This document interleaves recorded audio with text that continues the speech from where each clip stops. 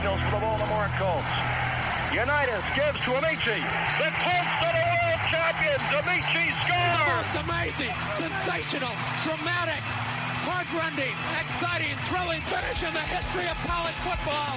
California won the big game. 5 seconds left in the game. Do you believe in miracles? Yes!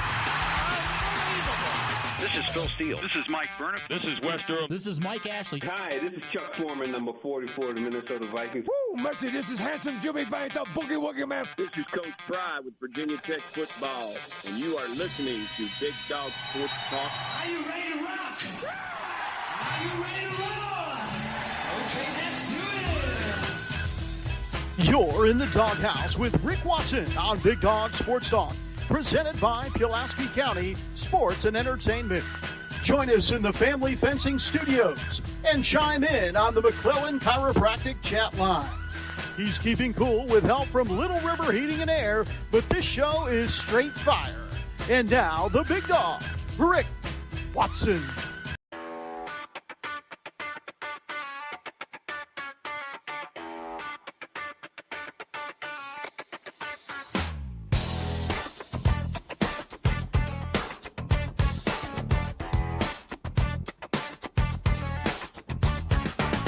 Rick Watson's got the mic, he's the big dog king.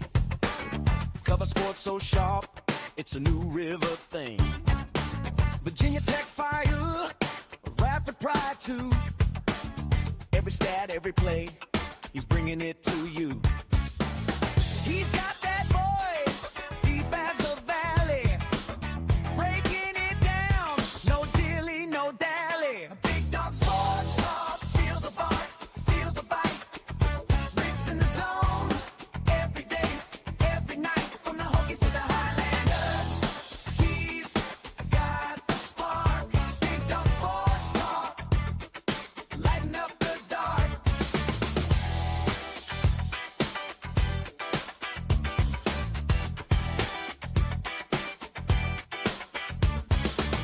He's got the scoop, faster than a sprint. Calling plays like a coach, every word's a hint. Hey, good morning. How are you? Good to see you. The stories unfold. Hope everybody's doing okay wherever you might be. Worth its weight in gold. Hit us up in the McClellan Chiropractic chat room. We'd love to hear from you on the Professional Door Incorporated text line at 540-391-0788. Let the games begin indeed.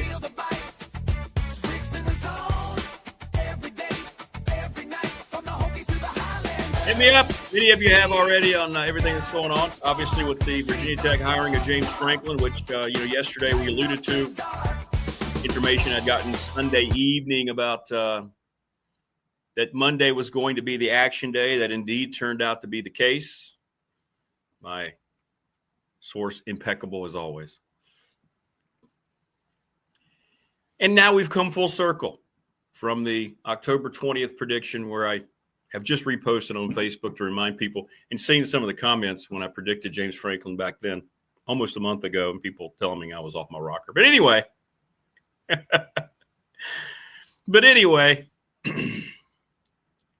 there you go. Congratulations, Hokie Nation. And you know what? You deserve it, Tech fan. You deserve time to celebrate. Let's give you a nice shout. There we go. We're not going to bring anybody down today, and we'll have plenty of time to break all this down. The press conference is today at 10. They're going to win the press conference, right? That's going to happen. Franklin said in a prepared statement, nothing earth-shattering here. It's pretty par for the course, but he said, I'm honored and humbled to join the Hokie family.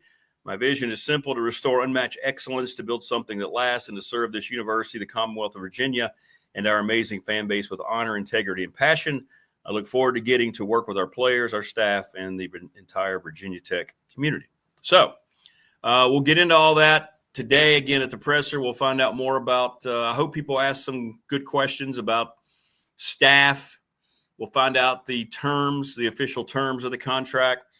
I'm sure Brent Pry will be brought up. I think he was a strong liaison to his good friend and his mentor. From the Chrome Dome of James Franklin to the slick cue ball one of Rick Watson here at Palm Coast. Oh, actually, I got kind of a tight cut. I know it kind of shows my hand. High ball salute you. BDST is live and online. Good morning. Good morning, Morris. We'll get your shirts out, by the way, on Wednesday, I think, Morris. So can you run through the – yeah. Yeah, it was clearly a prepared – yeah, that was a textbook statement. Paul, you're right. Yeah, you're right. You're right. I think you're right. I said this morning. I meant Wednesday morning. Yeah, I'm sorry. I'm already thinking Wednesday because I'm traveling all day to go to Radford basketball tonight at South Carolina. So, yeah, it's Wednesday morning. And then we'll find out. Like today, I'm sure there'll be some terms and soaps that'll come forward, and we'll find out what it all looks like. But, hey, congratulations again. This is what – I mean, it's being celebrated. It's getting widely praised from college football pundits. This has been the direction this thing has gone, which we've told you about now for almost a month. ESPN finally caught up with it on Saturday. They'll probably try to take credit for it. Oh, I'm sure. No, probably. They will take credit for it. We told you Sexton had leaked that to them. And Tech, to their credit, got it done. And they also allowed Jimmy Sexton and James Franklin some latitude, some time, but then it became a little too much time, and Tech started to apply some pressure. Look, we need an answer, and they got their answer. So I think in terms of where the program has been, this is a really strong statement about where they expect to go. Obviously, the money that has been added to the whole thing has played a major part. Without that, you don't probably even get an opportunity to sniff around a coach who's used to making a lot of money that has a high name and success rate of James Franklin. So kudos to everybody involved in that, and we'll see how it looks going forward. I think the staff is going to be very important, and we'll get your take on all that. And I'm interested to see who his coordinators are going to be, and we'll find out what kind of football program we're going to have here. What you're going to see immediately is a flipping of the talent. He's an excellent recruiter. This whole similar recruiting base, which we've talked about a lot and many of our pundits have talked about, is something he's very comfortable with. He's kind of dominated that, taking kids out of Virginia to Happy Valley, and now he'll keep them here in Blacksburg. So the key is going to be how he fishes his quarterback out of the portal. Who's it going to be? And that's the one thing he never really got right at Penn State. He had some good quarterbacks, but he needs to find one, and that's going to be big. That's going to be big. So hit me up in chat. Hit me up on the text line. Brought to you by Professional Door. Good morning, Opal. How are you? Good morning, everybody. Hokey Rocks, Paul, Joseph, what's going on? Prometheus. Everybody in chat. Reggie, how are you? Good morning. So what are you feeling, huh? You excited? You should be. You should be. I go back to what many of the people that have, looked at this when we've been discussing. I'm just glad it's over. It became ad nauseum at this point. I got a little nervous yesterday because the day kept going on. Because I basically yesterday guaranteed we'd find out something and likely it was going to happen. And then it got to be for 3:30, and I'm like, ugh. And then around 4 o'clock, it just happened. So there you go. There you go. But I think it'll be a good fit. I think he's going to be motivated. You want to have a James Franklin who's got a chip on his shoulder after what happened at Penn State. We may never know exactly why they pulled the trigger when they did. You can assume a lot of things. But I'm interested to see how the staff's going to look. I mean, if he's going to bring guys, that are already there at Penn State. But that's going to be interesting to see how he puts this thing together. A lot of people have asked. I have no idea what his interest might be in current members of the staff. I don't know. You would hope Jarrett Ferguson would get a look. I think he's doing a great job as a strength conditioning coach. He probably needs somebody around, that knows the lay of the land a little bit. I don't know about, guys who are there on the staff. I just don't know. But he'll assess it and he'll make the decisions that's going to get him set up as best as he can to have success from year one. I mean, he's got to build back the talent level. He doesn't have to worry about developing his own coaching style. He doesn't have to worry about all that. He's already got his own MO. He's done it now at 2 places. And, he built Vanderbilt into a strong program, and he did a great job also getting Penn State when Bill O'Brien kind of got him out of the whole Sandusky thing, and then he took him to another level, and then, last year had him in the playoffs. So it's going to be very interesting to see how quickly, and I think it can happen pretty quickly, given the ACC, given Tech's schedules. I mean, they got a shot here to bounce back on this thing pretty quickly. And I won't make any grand prediction about being in the playoff or anything like that, but I mean, you can expect winning seasons, I think, immediately, and the product on the field to look a lot better. You're going to have a lot of money come in. I think this is going to really rejuvenate the boosters and get people fired up. Merch is going to sell. Tech will become more of a talking point again nationally. So from a marketing perspective, it's also a home run. This is going to get the brand out there more, where it's just kind of been overlooked now for about the last 8 years. So we said Tech had to have a home run hire. On paper, this is a home run hire. It's different, and I don't want people to try to say I'm comparing it because I'm not. But Justin Fuente was a home run hire at the time. Everybody had similar reaction to what we're seeing now. Not nearly as accomplished as a head coach at a high level as James Franklin, who's been, in the SEC and the Big Ten. And that's the one thing, as I thought about this yesterday evening. I mean, he's already been in the sausage grinder of those 2 conferences, right? He's already been in the sausage grinder, man. He's been in the SEC. He's been in the Big Ten. So now he comes to the ACC, a league that is, well, as we're watching this year, is up for grabs. You don't know from 1 week to the next if the top dog in that league is going to come through, how they're going to look. So this is what Virginia Tech needed. And, it goes back to what I've said here since the search began. And I told you early on, Bud Foster, Bruce Arians were not going to let Virginia Tech not have a good coaching hire. I never worried about it. Never. I know a lot of people did, and I understand. But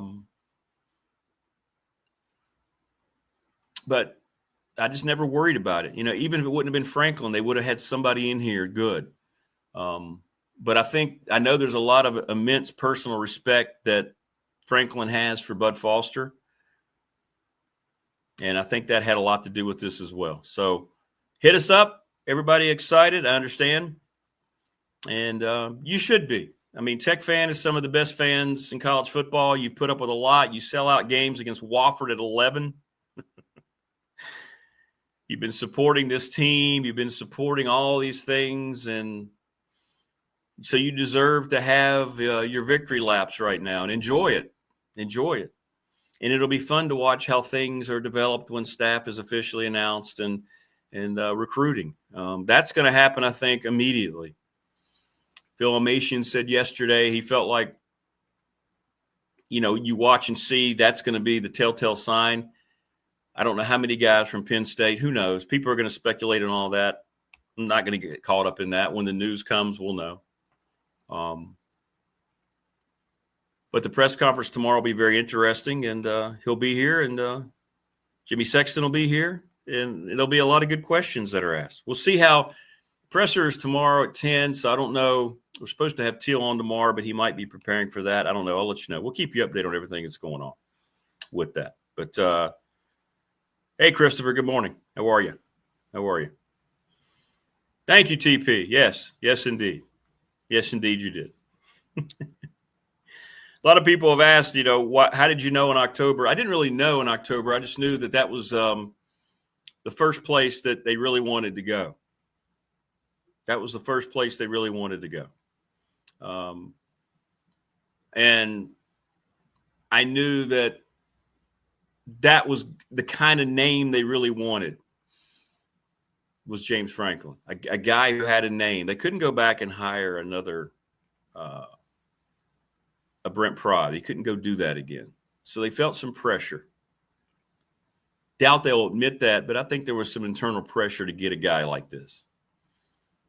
So that's why I made the prediction on October 20th. Now, to be fair to the process, about a week and a half ago, and they were doing, I don't know, it won't be reported like it should, but they were out doing their due diligence on other jobs. They were sending Jimmy Sexton out to inquire and just kind of feel around. His clients are at a lot of these other places, but that's how the business works.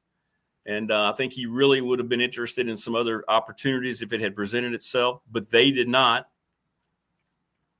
And I believe all those opportunities expired heading into the weekend and then throughout the weekend, which is why it was leaked by Sexton to Thamel. And that's why they had it on game day that, okay, well, this is where he's going to end up now in Virginia Tech. No, I will not be at the presser. I have a full-time job. Plus, I'll be getting in at 2:30 a.m. this morning, coming up this morning on Wednesday morning. I hope I'm able to do the show on Wednesday. But no, I will not be at the press conference. Don't think my employer would be real pleased if I was heading over there to do the press conference. It's going to be jam-packed. There's going to be plenty of people in there to ask questions at the press conference. They don't need one more. But I need a plus one. Maybe I can get you a press pass, TP. Maybe I can get you in there. But right now on the surface, there's no negatives here. Won't try to force feed any potential negatives to spoil everybody's glory today. This is a day for Tech fans to enjoy and have your time to go take a deep breath and, man, we've suffered a lot. We've suffered a lot. And it shows you, too, how seriously that Bruce and Bud were leading this thing. And those are the two that got this done. This is not any kind of inflammatory comments about the rest of the committee, but it was those two that got this done. They were the ones out. I told you early on, I'd gotten word that immediately that they were being received by everyone. In other words, when Bruce Arians and Bud Foster want to give you a call, your phone's going to get answered. And I was like, okay, well, this is going to be just fine in the long run. And it has been, and it will be. It will be. So, well, I don't think so, Joseph. See, this is a unique situation for Tech, which is why it was very important to close on Franklin. You can't get deals done really early when a lot of these deals are tied into coaches who are currently with other teams. I'm sure everybody here saw what's going on in Mississippi. I mean, Lane Kiffin may have coached his last game at Mississippi. You know, I think what Mississippi has done is what we're going to start seeing. Once word got out that Lane Kiffin had sent his family to Gainesville and Baton Rouge over the weekend, they got a little pissed off. And they gave him an ultimatum. Either you commit to us right now or you're not coaching another game. Keep an eye on that.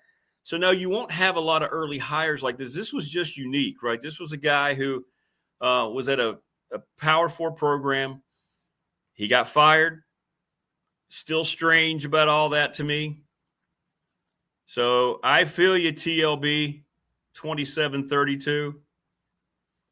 But I'm not here to be a downer on anybody today. But no, this was unique because he was available so you could openly engage with Sexton and talk about things and all this. All right. So you can't really do that as much with coaches who are coaching other teams. You know what I'm saying? So yeah, that's why. Good morning, Rodney. How are you? Good to see you. Good to see you. Please subscribe to the channel. Tell your friends. I mean, we gave you this info about a month ago. We're not ESPN Game Day, but we had it for you here. And now that it's happened, you're welcome, America. But yeah, action day indeed, huh? Yesterday was the action day, as we talked about Monday morning, and then it happened yesterday afternoon. So there you go.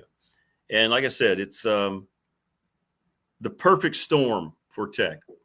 Brian Seigla is going to join us around 7:15 from the Boundary Corner, and we'll break all this down. Mike Burnop, he can talk about it now since it's official. There's been a release.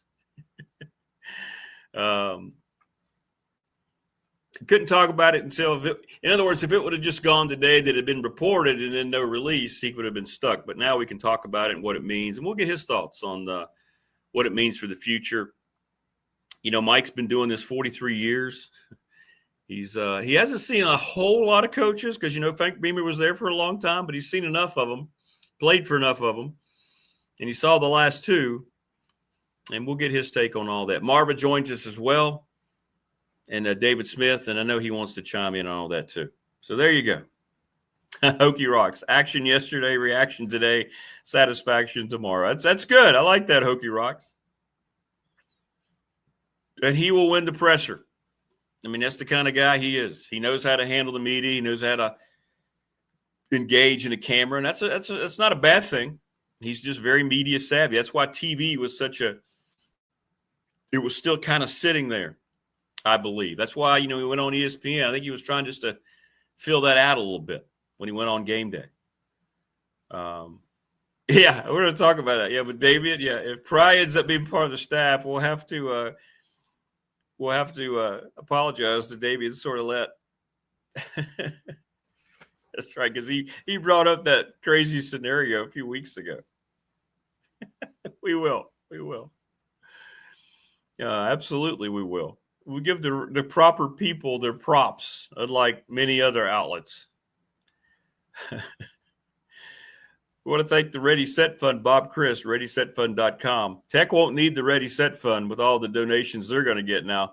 Floyd County Girls softball team used the Ready Set Fund. It's just text messages. They're already pre-prepared, and they raised $4,000 in a week. Reach out to Bob, BOBCRIST11@gmail.com.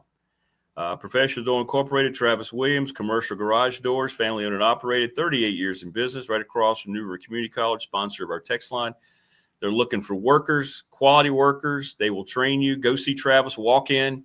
You don't have to call. You can call if you want, but just walk in and tell him you heard us talking about it and you want to talk to him about his business. He and I have been talking a lot the last several days.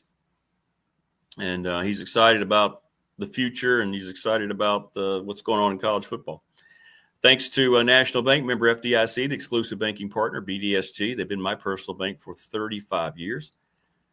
And we already have our BDST fan question of the week, brought to you by the attorney Ryan Price, 701 West Main Street in Radford. I give this to one of our texters, by the way. I wasn't sure who it was. Great idea yesterday evening after the announcement, but now that James Franklin is in place, what is Virginia Tech's record in 2026? And you send your answers to the text line, sponsored by Professional Door, 391-0788. What will be Tech's record, or how many wins, however you want to do it? We're presented every day by Pulaski County Sports and Entertainment. Jonathan Sweet, thank you so much for joining us yesterday, the director. How good's that guy? People were saying, Jonathan Sweet makes me feel bad about myself when I see that guy. You got to see him in person, man. The dude looks like, remember Lou Ferrigno in The Incredible Hulk?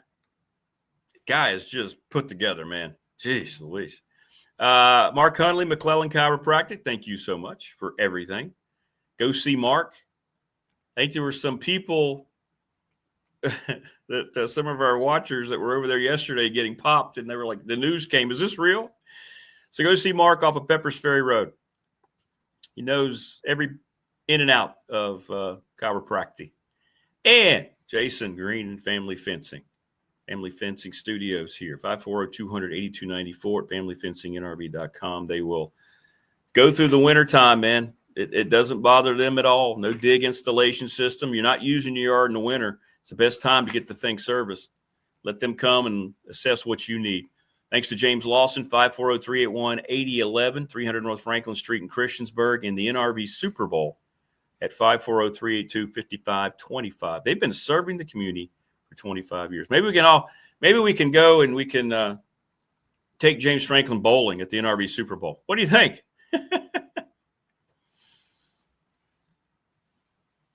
Yeah, still, man, I'm not going to bring any of the negative stuff up today, Chris.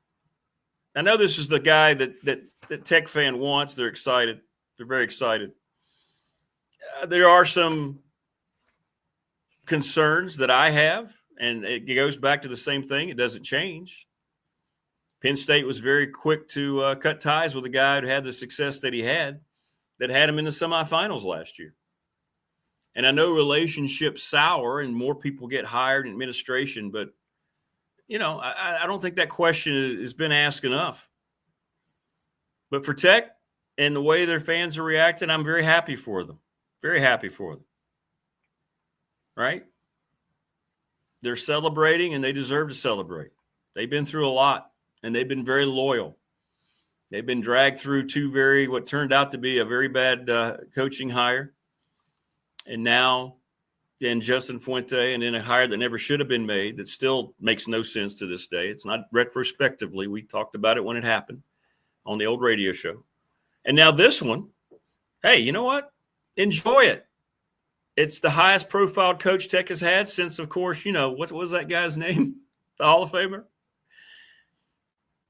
So, yeah, you should be excited. Absolutely, 100%. And everybody over there should be commended. The committee, Bruce and Bud. I think even Whit Babcock was instrumental in making sure all the numbers and everything lined up. I mean, you let go of a coach in week number 3, it kind of felt like time was getting away from you. And I think there was some concern that maybe you'd wasted that time, right? Like, wow, you let go of your coach in week 3, then you still don't have one in place. Did you let all that time elapse so you could have had these big advantages? But they were very focused on who they wanted, and they got him. So, no, that not going to come on today and present any negativity toward Tech fan, because you deserve to be thrilled about this. It's going to do so many things in other areas as well, right? It's going to be the same thing in other areas. And we'll see if Penn State made a big mistake. I think the initial thing Penn State has learned, they didn't have any plan to have anybody in place. Or maybe they did and we don't know about it. But it really felt like that new AD, who was good friends with Matt Rule, thought Matt Rule was going to be able to slide in there. And I think that got shot down pretty quickly. I think his buddy called. I think the new AD called Matt Rule and said, yeah, they're not going to let this happen. And then you notice Matt Rule announced his Nebraska extension.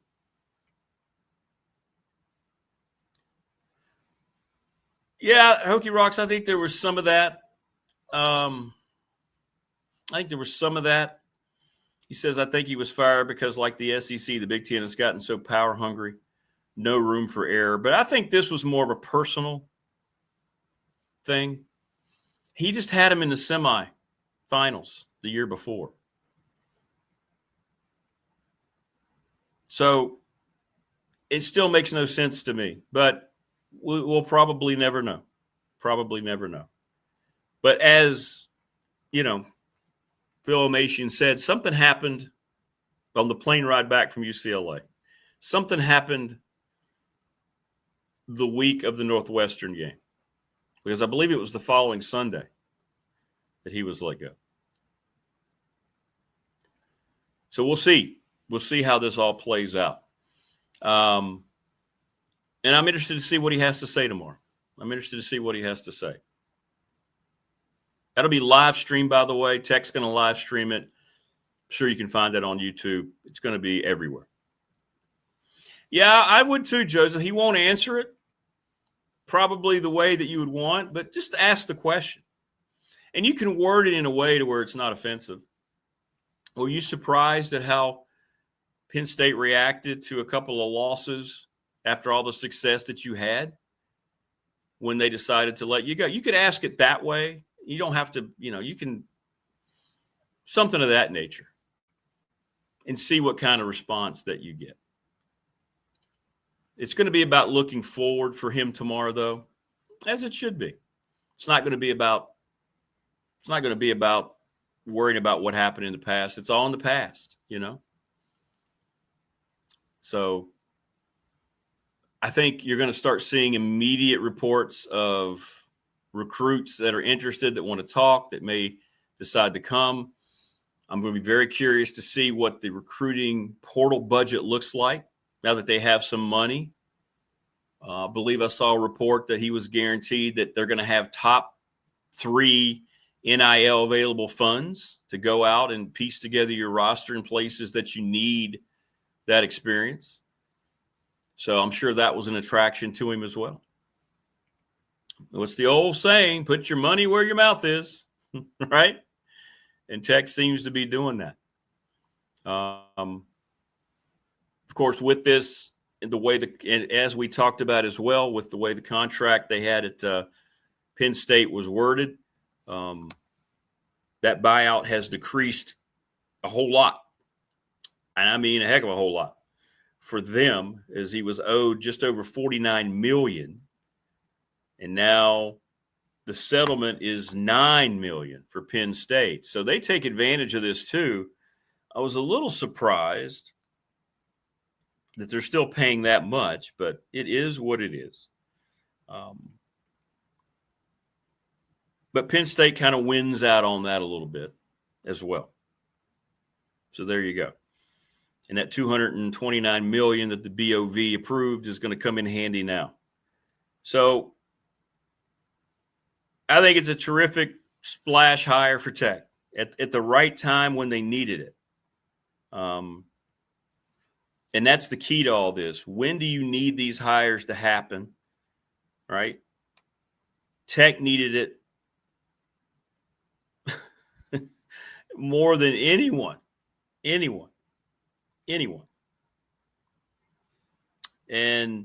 we're already getting a ton of keep sending them. We're already, Ryan Pry, the attorney, you're already getting a lot of answers about Tech's record next year. So this is good.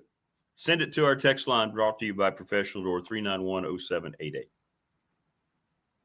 Right? Let's go.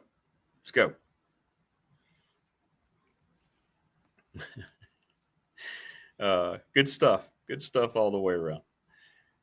I saw that. Yeah, I saw that too, Dino Kid. It's 16, 17 decommits, something like that. Is what I've seen. And who knows what that might mean for Tech? I mean, who knows? Not sure what that might mean. But we shall see. Not even including potential, Penn State folks. I mean, he's gonna find talent. He's gonna find talent, and that's what he does better than anything. He is a heck of a recruiter, and that's why I'm curious to see what the announcement of the staff is going to look like. Very, very interested.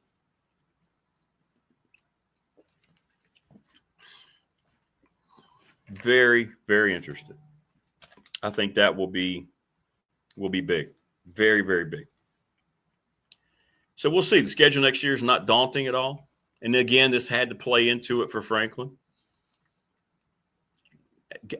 I'm sorry, but the ACC is just not the Big Ten or the SEC. It's a different thing. And that's why I believe the turnaround can be very, very quick. I mean, all I know is this. And I tried to answer people like this, because some people are kind of like, wow, people are expecting this to be an immediate. Did anybody expect Curt Cignetti to go 22-2 at Indiana and have them in the playoff and now have them number 2 in the country? I'm just saying, if you get the right vibe, the right coach at the right time. Now, he was a rising guy. Cignetti was a rising guy, even though he was an older coach. As a matter of fact, some people might have thought that he was too old. But Franklin is coming off what should have been a very humbling thing, right? He's at one of the blue bloods of college football. And he's let go a year after having you in the semifinals. I'm sure he down deep knows the reasons, obviously. People up there know the reasons. It feels like more of a relationship thing. There's been a lot made already about big games. Tech better not play top 10 teams, or they're going to be in the same boat they were. And he did have a knock for not winning those games. But he still has won 68% of his games as a head coach. That's pretty damn good. In this day and age of college football, that's pretty strong, especially to be in the SEC and the Big Ten. So I won't say that it's overdone, his record in big games, because it's not good. And that's another part of the counter thing when you're a little wary about all this. But how many games like that are ACC teams in within the conference as opposed to non-conference? The Big Ten and the SEC have a lot of these ranked teams right there in their league. The ACC is not going to have that year in and year out thing going on for them. And that had to be another attractive thing for him. So the presser tomorrow, there'll be more celebrations today, more written, probably be some more leaks about the staff today and numbers and things of that nature. So there you go. They didn't knock Frank for his big game record. They did toward the end. I noticed that kind of happened toward the last few years, Chris. He did not have a strong big game record either. But so much had been accomplished. Certain things don't need to always come out. And we'll see. We'll see how all that transfers over and what kind of big games Tech ends up playing in, right?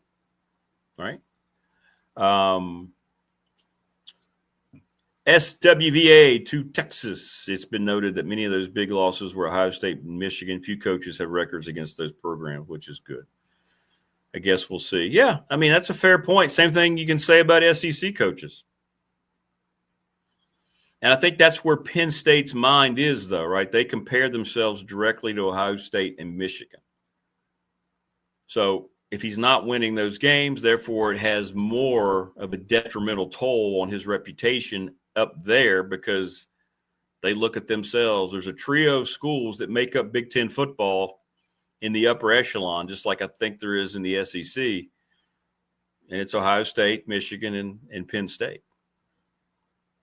And he did not do well against those. And it does take on more meaning. But to your point, that's factual. What you said is right. What you said is correct. And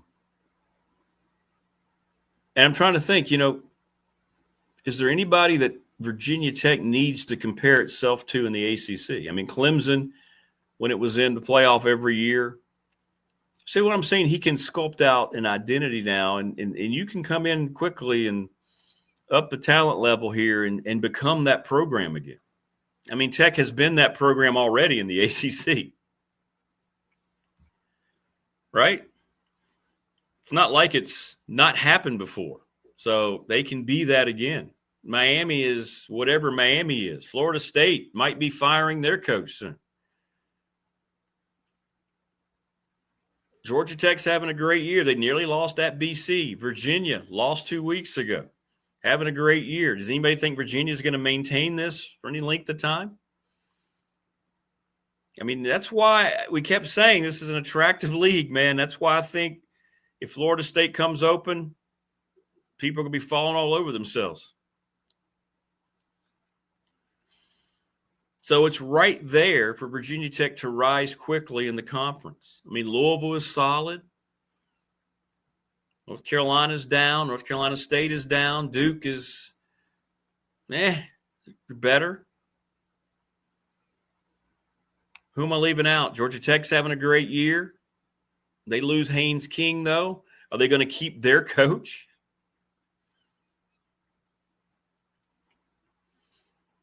So, I mean, the landscape is right there. Miami's always going to be hype. Phil Almation said it right yesterday. Take the U off the helmet. Nobody'd be talking about Miami. So it's right there for them. Their brand is right there. Thanks for the text message. This is great. That's our attorney Ryan Pry question of the week, the one-loss record. I'm going to save them. I'm getting a bunch of them. And we'll total them up, and we'll have them for you on Friday. Thanks so much, everybody. Please subscribe, like, and share our channel. We're at 720 plus. Please tell people it's free. Remind them. If you're a subscriber, if you just know one person who might be a sports fan, just show them how easy it is. If they have YouTube, it doesn't cost a dime. And go do that. That would be great. That would be great. And our T-shirts are being gobbled up. It's good. Thank you so much. If I can get them to you here, it's 20. It's 28 to ship them to you. And I can get a couple 3 T-shirts in a package, I think, and still be 20 and still just be $8. So if you want a shirt, DM me on the Professional Door text line or text me there, or just DM the show, Big Dog Sports Talk on Facebook, or Rick Watson, and we'll get you set up. And again, those of you who locally that have already paid, we're going to get you those things here soon. I got to get back from South Carolina early in the morning. The question of the week should be how long it will take fans to sour Franklin. If they go on any kind of extended losing streak, this is the way it always happens. This is going to be madly celebrated, joy all around. And then if losses start to build up, then immediately the natives will get restless. That's just the way it is everywhere, all over the country. That was funny. Good job, TLB. You're right. And that's just human nature, right? But right now, Tech's coming out of the fire. Tech fan is coming out of the fire, and they have every right to feel good about things. So, watch recruiting. It's going to turn over immediately. You won't have to worry about it anymore. You won't have to be fretting about in-state kids as much. I'm not saying he's going to get all of them, but he's going to assess the talent level. He already has a pipeline developed. And it's what he does best. It's what he does best. And I'm interested to see what the staff's going to look like. Paul says, is this the man who ruined the buffet at the Aero Club, the man who disarmed a police vehicle with a single banana? We're not going to fall for the banana in the tailpipe. David says, it's like one of the prettiest girls said yes to you for the homecoming dance. Now let's wait and see how the dance actually goes. Right. You don't want her to say yes because she's trying to make another dude jealous. Right? Good analogy, David. You get her to the dance, and she starts wondering, looking over your shoulder as you're dancing. Where is he? Oh, he's with her, isn't he? And then later on, you're like ready to go, and she's not there anymore. She's gone. Well, you don't want this to be a 2 or 3 year dance, and then he's gone, right? We'll see. We'll see. Brian Seigla joins us a little later right now. There she is. It's Marva in Miami. Good morning, Marva in Miami. Good morning. Good morning. How are you, Rick? Hey, I'm doing all right. Doing all right. You know, good. The thing we talked about on October 20th came true yesterday. Virginia Tech has a new football coach. What's your thoughts on the Tech hiring? I think it's great. I think it's exciting for the ACC. I mean, I know this year obviously didn't go the way that James Franklin wanted it to do, but I mean, think of what he was able to accomplish, though. He did rack up a lot of wins. I mean, I know there was a knock on him. He couldn't win, big games, but still he was consistently winning games. And I think he will do the same in the ACC, where the competition will be, somewhat less. And much worse. I'm trying to be nice here. I think he will do a great job. And I think it's a wonderful hire for Tech, and it's good for the ACC. It is, isn't it? That's a great point. I mean, it does uplift the profile of the league tremendously from a head coaching perspective. I mean, you look at the coaches in the league. I mean, who's got the names right now? Dabo Sweeney. I'm not sure whether I'm considered that guy or not down here at your territory.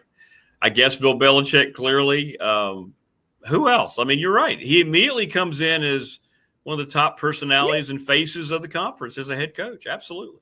Right. And I mean, he ran a clean program. You don't have to worry about anything like that. So did he? We hope. We hope. Clean as can be in today's major college football. Yeah. Like, I mean, I can't think of any, major scandal, right? No, just whatever happened internally. No, you never heard anything. Yeah, that's true. I mean, you never heard anything. And I mean, like if it was something big, we would have heard about it, right? So yeah, yes. Yeah. Yeah. I'm not going to besmirch this guy's character. I don't know. I mean, would you rather have James Franklin in North Carolina than Bill Belichick? Yes, you would. No comment. I'm still trying to let this thing marinate. And I have to tell you a funny story about Carolina. So on Saturday, my daughter had a 4-H meeting right at the same time as the game. But still, mom first. I took her to the meeting, and I get a text during the meeting, and someone just says tar. And so as Carolina fans, you have to respond, heels. And I'm like, oh my gosh, we are beating Wake. I'm so excited. I get home and I start watching the game. And I'm like, what was that about? It was like, I mean, I think they led at one time early. Didn't they have an early lead maybe or something? I don't think so. I don't know. I mean, maybe it was 3-0. I don't know. I actually don't think they led. But anyway, it was bad. I mean, Carolina couldn't score a touchdown. I mean, the highlight, as I was getting ready to come on the show, I was looking at my notes. Like, the highlight was that Carolina had a 57-yard field goal right before halftime. That was the highlight. That was the highlight? Yes, and then Carolina had 4 other field goals throughout the course of the game, and it's just bad. It was very bad. Offense couldn't do anything. It was bad. Okay, and they were showing the fans, and they were all amped up, and they had Wake's coach, and he was like, everybody's saying you got to beat Carolina, and that also reminded me of something like when I first got out of school. My very first job was in Winston-Salem. And so I was working at a station there in Winston-Salem, North Carolina. Yep. And I mean, obviously I knew about Wake Forest. Yes. I mean, I grew up an ACC fan. I knew about them, but I didn't realize that they thought Carolina was a big rival. Like, oh yeah, people didn't think that. So I didn't realize it. And oh my goodness. Yes, there was a lot of Carolina hate there in Winston-Salem that I just was unaware of. Okay, so it took some getting used to, but very nice people there. I enjoyed my time there in Winston-Salem, but I just was not prepared. I did not know. They're NC State's rival, but it's more NC State. But yeah, Carolina's still going to be. You're right there in the same state. All 4 of those schools. Yeah, Tobacco Road, I know, but I just being where I grew up, right outside of the Triangle area, I'm used to the rivalries with NC State and Duke. I never thought of Wake Forest as Wake Forest was another team in the conference. I didn't really think of them as, oh gosh, we got to beat Wake Forest. And so I was not ready for that. I had not experienced that. So it was interesting for me to get to live there for a couple of years and see that. And it was definitely on display on Saturday. It was, I mean, they were very excited about this, beating Carolina. It's like, oh yeah, okay, great. But yes, 28-12, bad for UNC. Again, could not score a touchdown. Could not. So what's going on over here? Is that your house? Was that your kid? Oh yes. So I thought that was Balboa. I'm like, what's going on? No. So here's what happened. So we talked last week about how I lost my cat, 19 years old. I know. And a few days before she passed, actually she passed on Friday. On Monday, we go to the vet and to pick up the older cat, because remember we had been out of town. They do boarding there. Pick up the older cat, and they said, "Oh, somebody left a kitten here. They abandoned this kitten." Yeah. And I was not there. My husband and my daughter were there, and then my husband sends me a picture of my daughter holding the kitten. Like, can we get her, please? And so I had to say yes. So we do have a kitten. She is in a bedroom right now because she's just very frantic and she can't just be out. I think we'd like to meet her. I think you should bring her out. Come on. No, my gosh, no. Maybe when she gets a little more calmed down, okay? And so she's in there and she hears me talking, and so she wants me to come let her out, which I'm not going to do right now.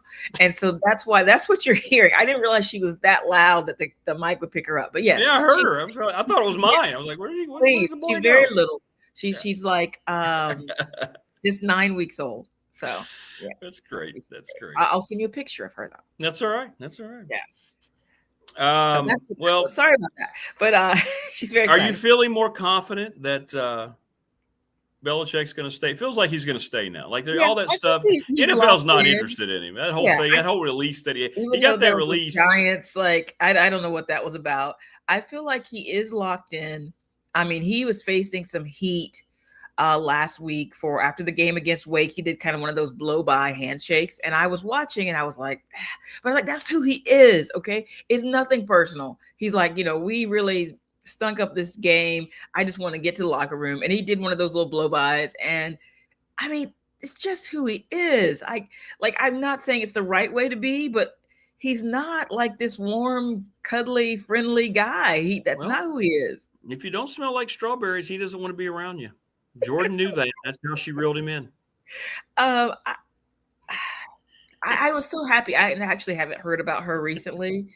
Yeah, I know. That's been great, hasn't it? Yes. You think there's problems? Breaking news. No, Marva has just broken news. No, I don't think there's problems. I think he just said, let's tone this thing down. Tired of hearing about it. And one of his former players, actually from the Patriots, came out recently. And I don't remember which player right now, but he said he was calling the coach a hypocrite because he's like, when we were playing for him, it was all about game, game, game. Like, don't have distractions. Game, game, game. Focus on game. Other things, these are distractions. Okay? Distractions. Don't let distractions come into play outside of football. And now that's what he's doing. And then the same player, though, at the end said, well, if coach is happy, I'm happy for him. But he just thought it was interesting how he's changed. And, as we grow up and get older, we all change, right? So maybe this is just I don't know. He's in the winter of his life, and he just wants to have a little more fun maybe than he did before. But he was very much, the guy said before, it was like, focus on the game, focus on football. Do not have distractions. And now he's all about distractions. There you go. Thunder says maybe Wake just was excited to see Jordan on the sidelines in a headset. I don't think Jordan might have been on the sidelines because Thunder's right on it. But she's not wearing a headset. Come on, guys. Come on. I don't know. I like I said, I'm just glad there haven't been any pictures released, any weird Instagram things none of us want to see. I'm thankful for that. I hope Carolina's going to be at home against Duke. Carolina needs to win 2 more games, needs to win the last 2 games to be bowl eligible. Duke and NC State. Okay. So I don't think that's going to happen. It could though, Rick. It could. So you're what? You're 4-6 right now? They're 4-6? Yes. So you need 2 wins to become bowl eligible. Okay. All right. It could happen. Could happen. Let's just say you were of the wagering kind. And I'm not, by the way. And you had the excessive income. Would you put any kind of money on that? To win both? I probably wouldn't. No. But I'm really conservative with money. So I don't, but it could happen. And as a fan, I am hopeful that it will happen. And I will be watching. And, hope springs eternal, right? David says that Bill isn't worried about getting in the locker room. He's worried about where his little Pop-Tart is and what she's doing. You think they eat like strawberry Pop-Tarts and they just kind of laugh? Ha, ha, ha. This smells just like you, Jordan. Ha, oh, my gosh. Please stop. Oh, my goodness. Yeah, I haven't even had breakfast yet, but you're already making me feel like I'm going to be sick. No, we don't want to talk about this. No. In fact, we should just let's talk about basketball. I didn't text you on Tuesday. I was just so tired, and that wasn't even a late game. But Tuesday night, I was so tired. That's why I did not text you. It's okay. But I think, Radford has a lot, even though, of course, it was a big win for Carolina. Radford still has a lot to be, proud of. They had some players who showed up big time. And until the weekend. And then we had a bad weekend up at the Greenbrier. Oh. Yeah, we lost 2 games. I'm sorry. Got to play South Carolina tonight. We're traveling to Columbia right after the show. Oh, okay. Nice. So maybe you'll bounce back a little. Which Carolina is it? Which Carolina, by the way? Is it Carolina Blue? Is it Carolina Garnet? Which one's really Carolina? I'm sorry. I don't understand the question. Well, I mean, you both say, hey, Carolina. Okay. Everybody knows the real Carolina is North Carolina. Okay. Okay. And the real USC is in California. I don't know what's up with these Gamecocks people. I don't. What's up with that? They're trying to steal everybody's stuff, aren't they? I don't understand USC, Carolina. What is up with them? I don't get it. I don't know. I don't know. I mean, I hope you guys win. I think it's an identity crisis. Yeah, I think it is too. It's like a little brother type thing. It's just they try. Okay. You're gonna miss Trimble though. Yes. You guys didn't. You're gonna struggle for a while against good teams. Really good teams. It was a little coaching staff trying to figure out lineups, and I really wanted you to get to see Caleb Wilson. He just had an off night.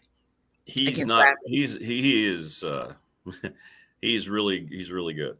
He is very good. Really, and I really wanted you to see him at top form. And he just kind of had an off night. He got into foul trouble early against Radford. He did bounce back and have a really good game against North Carolina Central, who's Carolina played on Friday. And he's going to be fine. But it was just, he just kind of was off. And as good as he is, he's still a freshman. He's still going to have occasional moments like that where he just, I just hated it for you because you were in the building. And, I'm trying to get in the building. I'm looking at the schedule, seeing when can I go and when can I. It would have been great to see you there, Marv. We could have sat up there with us Tuesday night, so that was bad for me. But I'm looking over the holidays, and it's tough, Rick. On secondary market, their tickets $300 a seat, and I want to take the whole family. So it's the school is selling tickets $50 a pop, but they're bad seats, and I want to get better seats, and it's I don't know. I might not get to see them. Might not get to be in the building this year, which makes me sad. But I'm sure Carolina, you could get good seats for Carolina at Miami in a basketball game. Well, I looked, and a lot of the good seats are gone. It's also another Tuesday night, and with the family stuff, Tuesday nights are really bad. I just wish it was a weekend. Sometimes you need to make some time for yourself, Marva. That is true. I do. Right? You can let the kids you can get somebody to watch the kids. They have the new kitty, and you and hubby can go out and have a great night watching your. I'd love to go see them play because you're right. They are playing on the road in Miami. It would be fun. Yeah, you need a little time to yourself. I want the kids to get to experience that because the last time I went to a game, went to Chapel Hill last December. They played Campbell, and just my husband and I went. The kids stayed with one of my friends, and they were like, "Oh, we want to go next time. We want to go." And so I'm trying to get all four of us in the building, which is just it's tough. If you want to provide some tickets, I will do live reporting for the team, for the show throughout the game. I got you. Halftime. Just let me know. But I have to get the tickets, is what you're telling me. Yeah. Because I'll be there working in official capacity. I would have a better chance of probably getting you on like that. I could say, hey, we need to get some media creds for Marva. For one of my correspondents. Yeah, she'll be down. She'll just be in the press room, and she needs a place on this. Yeah. Well, of course, then there can't be any cheering, but it's fine. It's okay. Yeah, you can't. You got to just sit there. You got to sit there like that. You got to be just like I'd be a neutral observer. Yes. I can do that. What's by the way, this time of year, so people know exactly the difference in climate, because this morning it was 30 degrees. What's your temperature right now in Miami? When I looked this morning when I first got, it was in the 60s. It was really kind of chilly. It was in the 60s. My daughter she has to wear a uniform. She wore and it's a short sleeve, like a polo. Yeah. She wore a long sleeve shirt under it, so she wouldn't be, because also actually the AC in the school is really cold. So right now I'm seeing it is 63. So it's difficult, and it's going to get up though to 82 eventually. It's difficult. It is difficult, right? I am wearing pants. I'm not wearing shorts because again, it's a little chilly, right? It's in the 60s. So by the way, happy belated anniversary. Great picture of you and hubby. Thank you. How many years has it been? 14. 14 years. Look at you. Yeah, very excited. I don't need to bring any negativity in this, but my marriage ended at 14 years. Oh my gosh. That is so rude. What is wrong with you? So I hope your 14th goes a lot better than mine did. Oh my goodness. That is sad. But yeah, I think we're in a good place. Now I don't know. Morris says it's 58 in the Palm Coast and he's freezing. Oh yeah. Last week we didn't get to talk about the weather, and it was in the 50s. And I was cold, and I have a little space heater, which I did turn on because it was in the 50s. Okay. My husband doesn't like to turn the heat on just because it's in the 50s, because he's like, oh, it's fine. But I'm like, no, I'm cold, especially I don't like for my feet to get cold. So I turned on the space heater, under my little desk. So when I'm working, my feet don't get cold. I don't like that. But now it's back in the 60s. So I don't like that. Yeah, I don't I'm the same way. It's weird. I don't get outside cold because I grew up, when I was growing up on the farm, you had to go out and take care of the animals year round. I got used to being out. I'm like you. I hate being inside cold. Mm-hmm. Like I don't, your feet, my feet, or you just start to get it. I don't like that, but I can walk outside when and it doesn't bother me. It's weird. But you would probably come out here and walk outside with shorts on in the 60s. Oh yeah. I mean, it'd be perfectly fine. Yeah. I mean, that's what my son does. He doesn't like to wear pants, so he doesn't care. I know. I've respected that about him. How much he fights back against dressy clothes since he's been, old enough to understand dressy clothes, and he doesn't like my guy. Pants, period. He just likes to wear shorts every day. Every day. It's just, he doesn't care. Well, it's great to see you. Happy anniversary. Good luck with the new kitty. What's the name of the new feline? Well, Kitty's name that they had named her at the vet's office, Gigi. So we just kept that name. Her name is Gigi. No, you got to do her a favor. You need something else. Come on. She's Gigi, too young. No, my daughter. I wanted to change her name honestly, but my daughter was like, "No, she needs to stay Gigi," so she's not confused. Gigi? I don't get it. It's not even a name. Yeah. Apparently, some guy was cutting the grass. He found her and he took her to the vet, and then he just didn't come back. And so they said, "Yeah, would you guys like her?" So he almost mowed over her. Yeah, he almost mowed because she was a kitten. He almost mowed over her, and he brought her in. Well, good for you. Good for you. Yeah. That's awesome. Gigi. I'm not surprised. Gigi. Why don't you name her Bill? Why don't you name her Jordan? No. It makes sense. You got Michael Jordan. You got Michael Jordan. Yeah, yes. I'm not after. I don't even know her last name, and I don't want to know. I feel like I already know too much about this woman. Okay, if you insist on initials, why don't you just name her MJ? Oh, that's perfect. That would be cute. But again, she's got to work on your daughter. She's kind of more my daughter's cat than mine, but I find myself taking care of her a lot. Just do the subliminal message thing. So how's MJ? I mean, what's her name? Honey, what did you call her? MJ, right? She's MJ, right? Yes, Mom. She's Gigi. And again, I will send you a photo. All right. Well, enjoy your week. Good luck trying to get that fifth win this weekend. We'll see how it goes. Yeah. Then we can talk about, get that win against NC State. We talk about sending me to a bowl for BDST. Okay. All right. Be sure to bundle up, for God's sakes. I don't want you to get cold.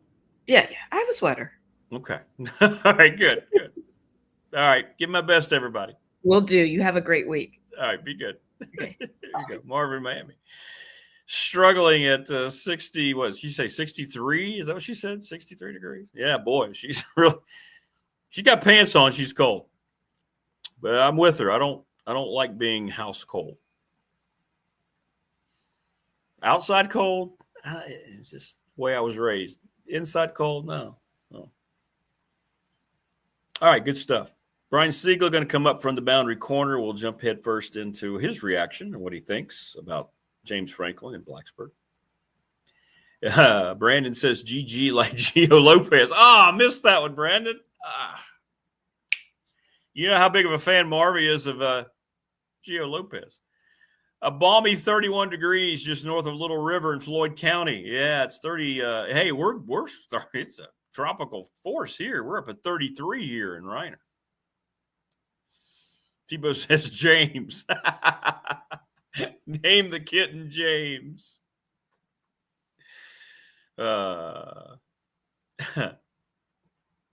Balmy 31. Good stuff. By the way, Virginia Tech has not won double-digit games since Fuente's first season in 2016. From 04 to 11, they won double-digit games each season under Frank Beamer. Wow. And since everybody's asking, this was it. Franklin was 4-21 at Penn State against AP top 10 programs. Over his 12 seasons, he led Penn State to 6 seasons of double-digit victories. Not as many as Coach Beamer. But he did have 3 straight from 22 to 24 that culminated in the semifinal of the playoff last year.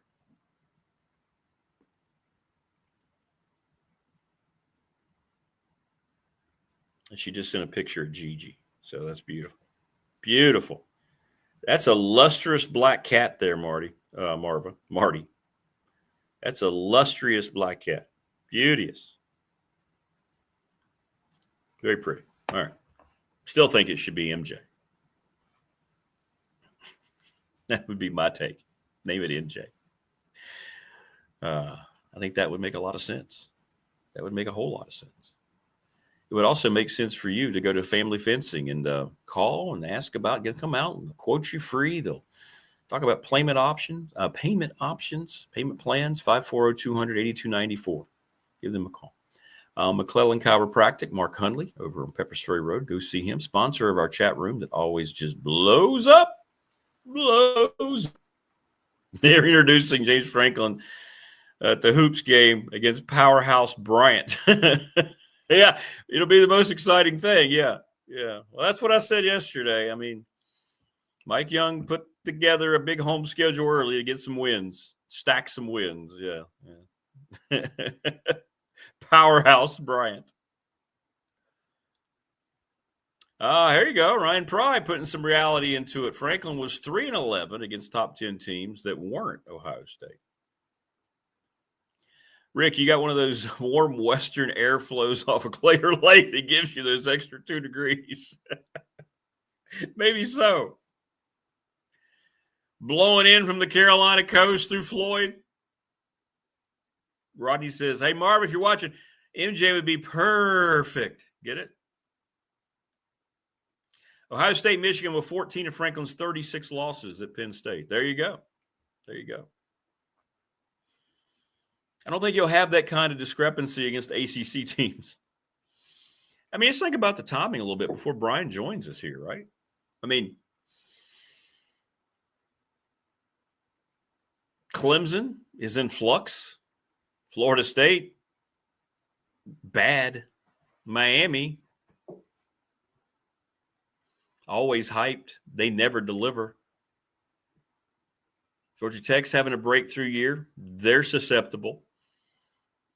Virginia's having a breakthrough year. They're susceptible. Louisville, they've lost back-to-back home games in the conference.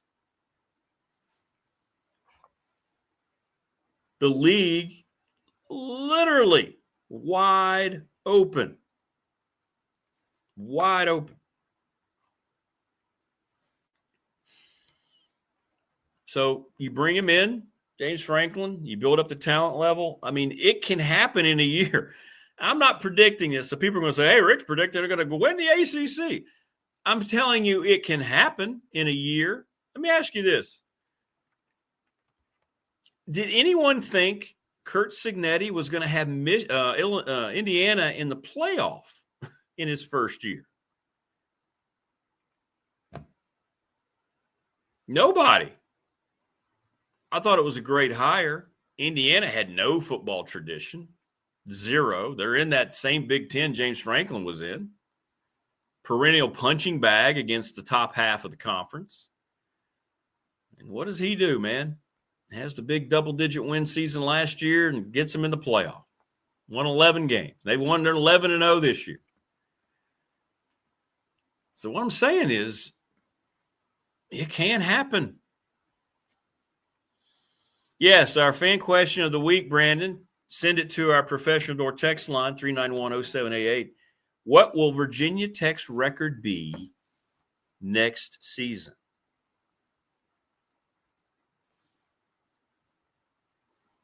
That's the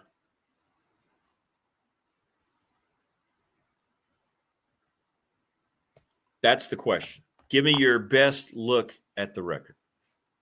So that's our fan question of the week. Yes. Yes, yes, and yes. Check out ReadySetFund.com if you're trying to raise some money for whatever it might be. It doesn't have to be a high school sports team or middle school sports team.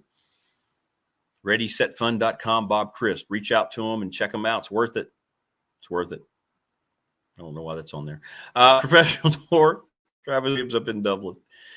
They need workers, man. Walk in, talk to them. I know a couple people that's already gone. that heard us talking about it on the show. They want to train you. Garage Doors better than anybody. They've got a lot of jobs and not enough quality people. Go help them out. They'll help you out. Great career move.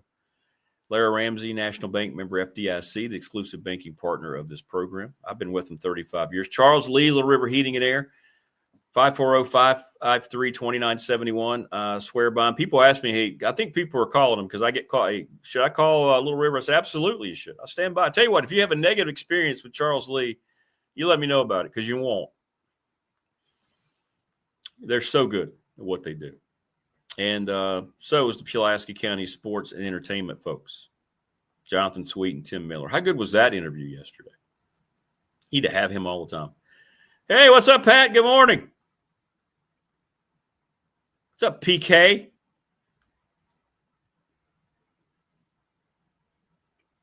Christopher. Brandon's got 7 and 5. TP, by the way, he said I could tell you, Tony Powell picked 10 wins next year for Tech. Wow. TP's been the most aggressive on the record for next year. I think so, David. Yep. I think so. He asks, is the clock now ticking on Witt? I think he stayed to get this done. Correct. And now I think he'll be lauded. There'll be a lot of replace all that negativity from the early firing and how things have gone, and then he might just say, sayonara.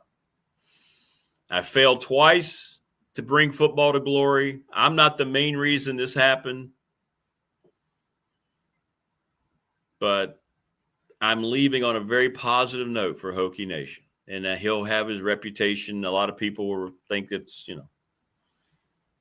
going to be restored now.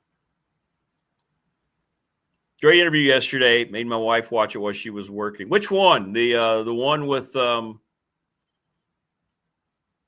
which one? The one with Phil Almatian? Or you meant the one with Jonathan Sweet? Either one of them, they were outstanding. Outstanding.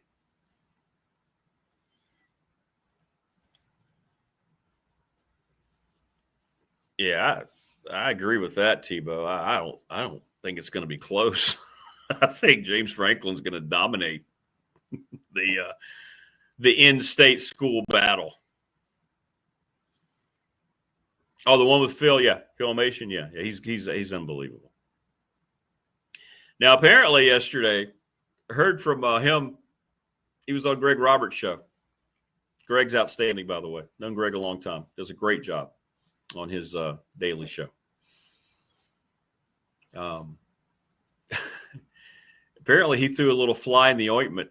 He didn't give me details, but apparently he was getting some anger reaction. He's not necessarily trying to be counter, but he brought some reality into it.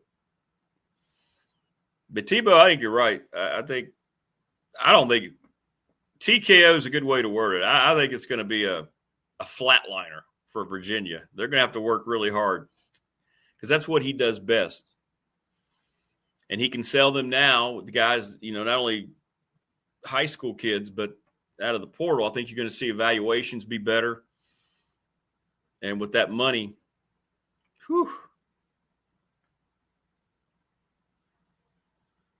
hopefully Tech will go up 81 and get Matt Roan. That's what David Slusher says. Yeah, he played at Tech. He's a Tech guy. He's going to lose his football coach. Just saying. James Franklin and Matt Roan together, that could be pretty special. Yeah. Rising superstar. I agree 100%. Yep. Yeah, Virginia's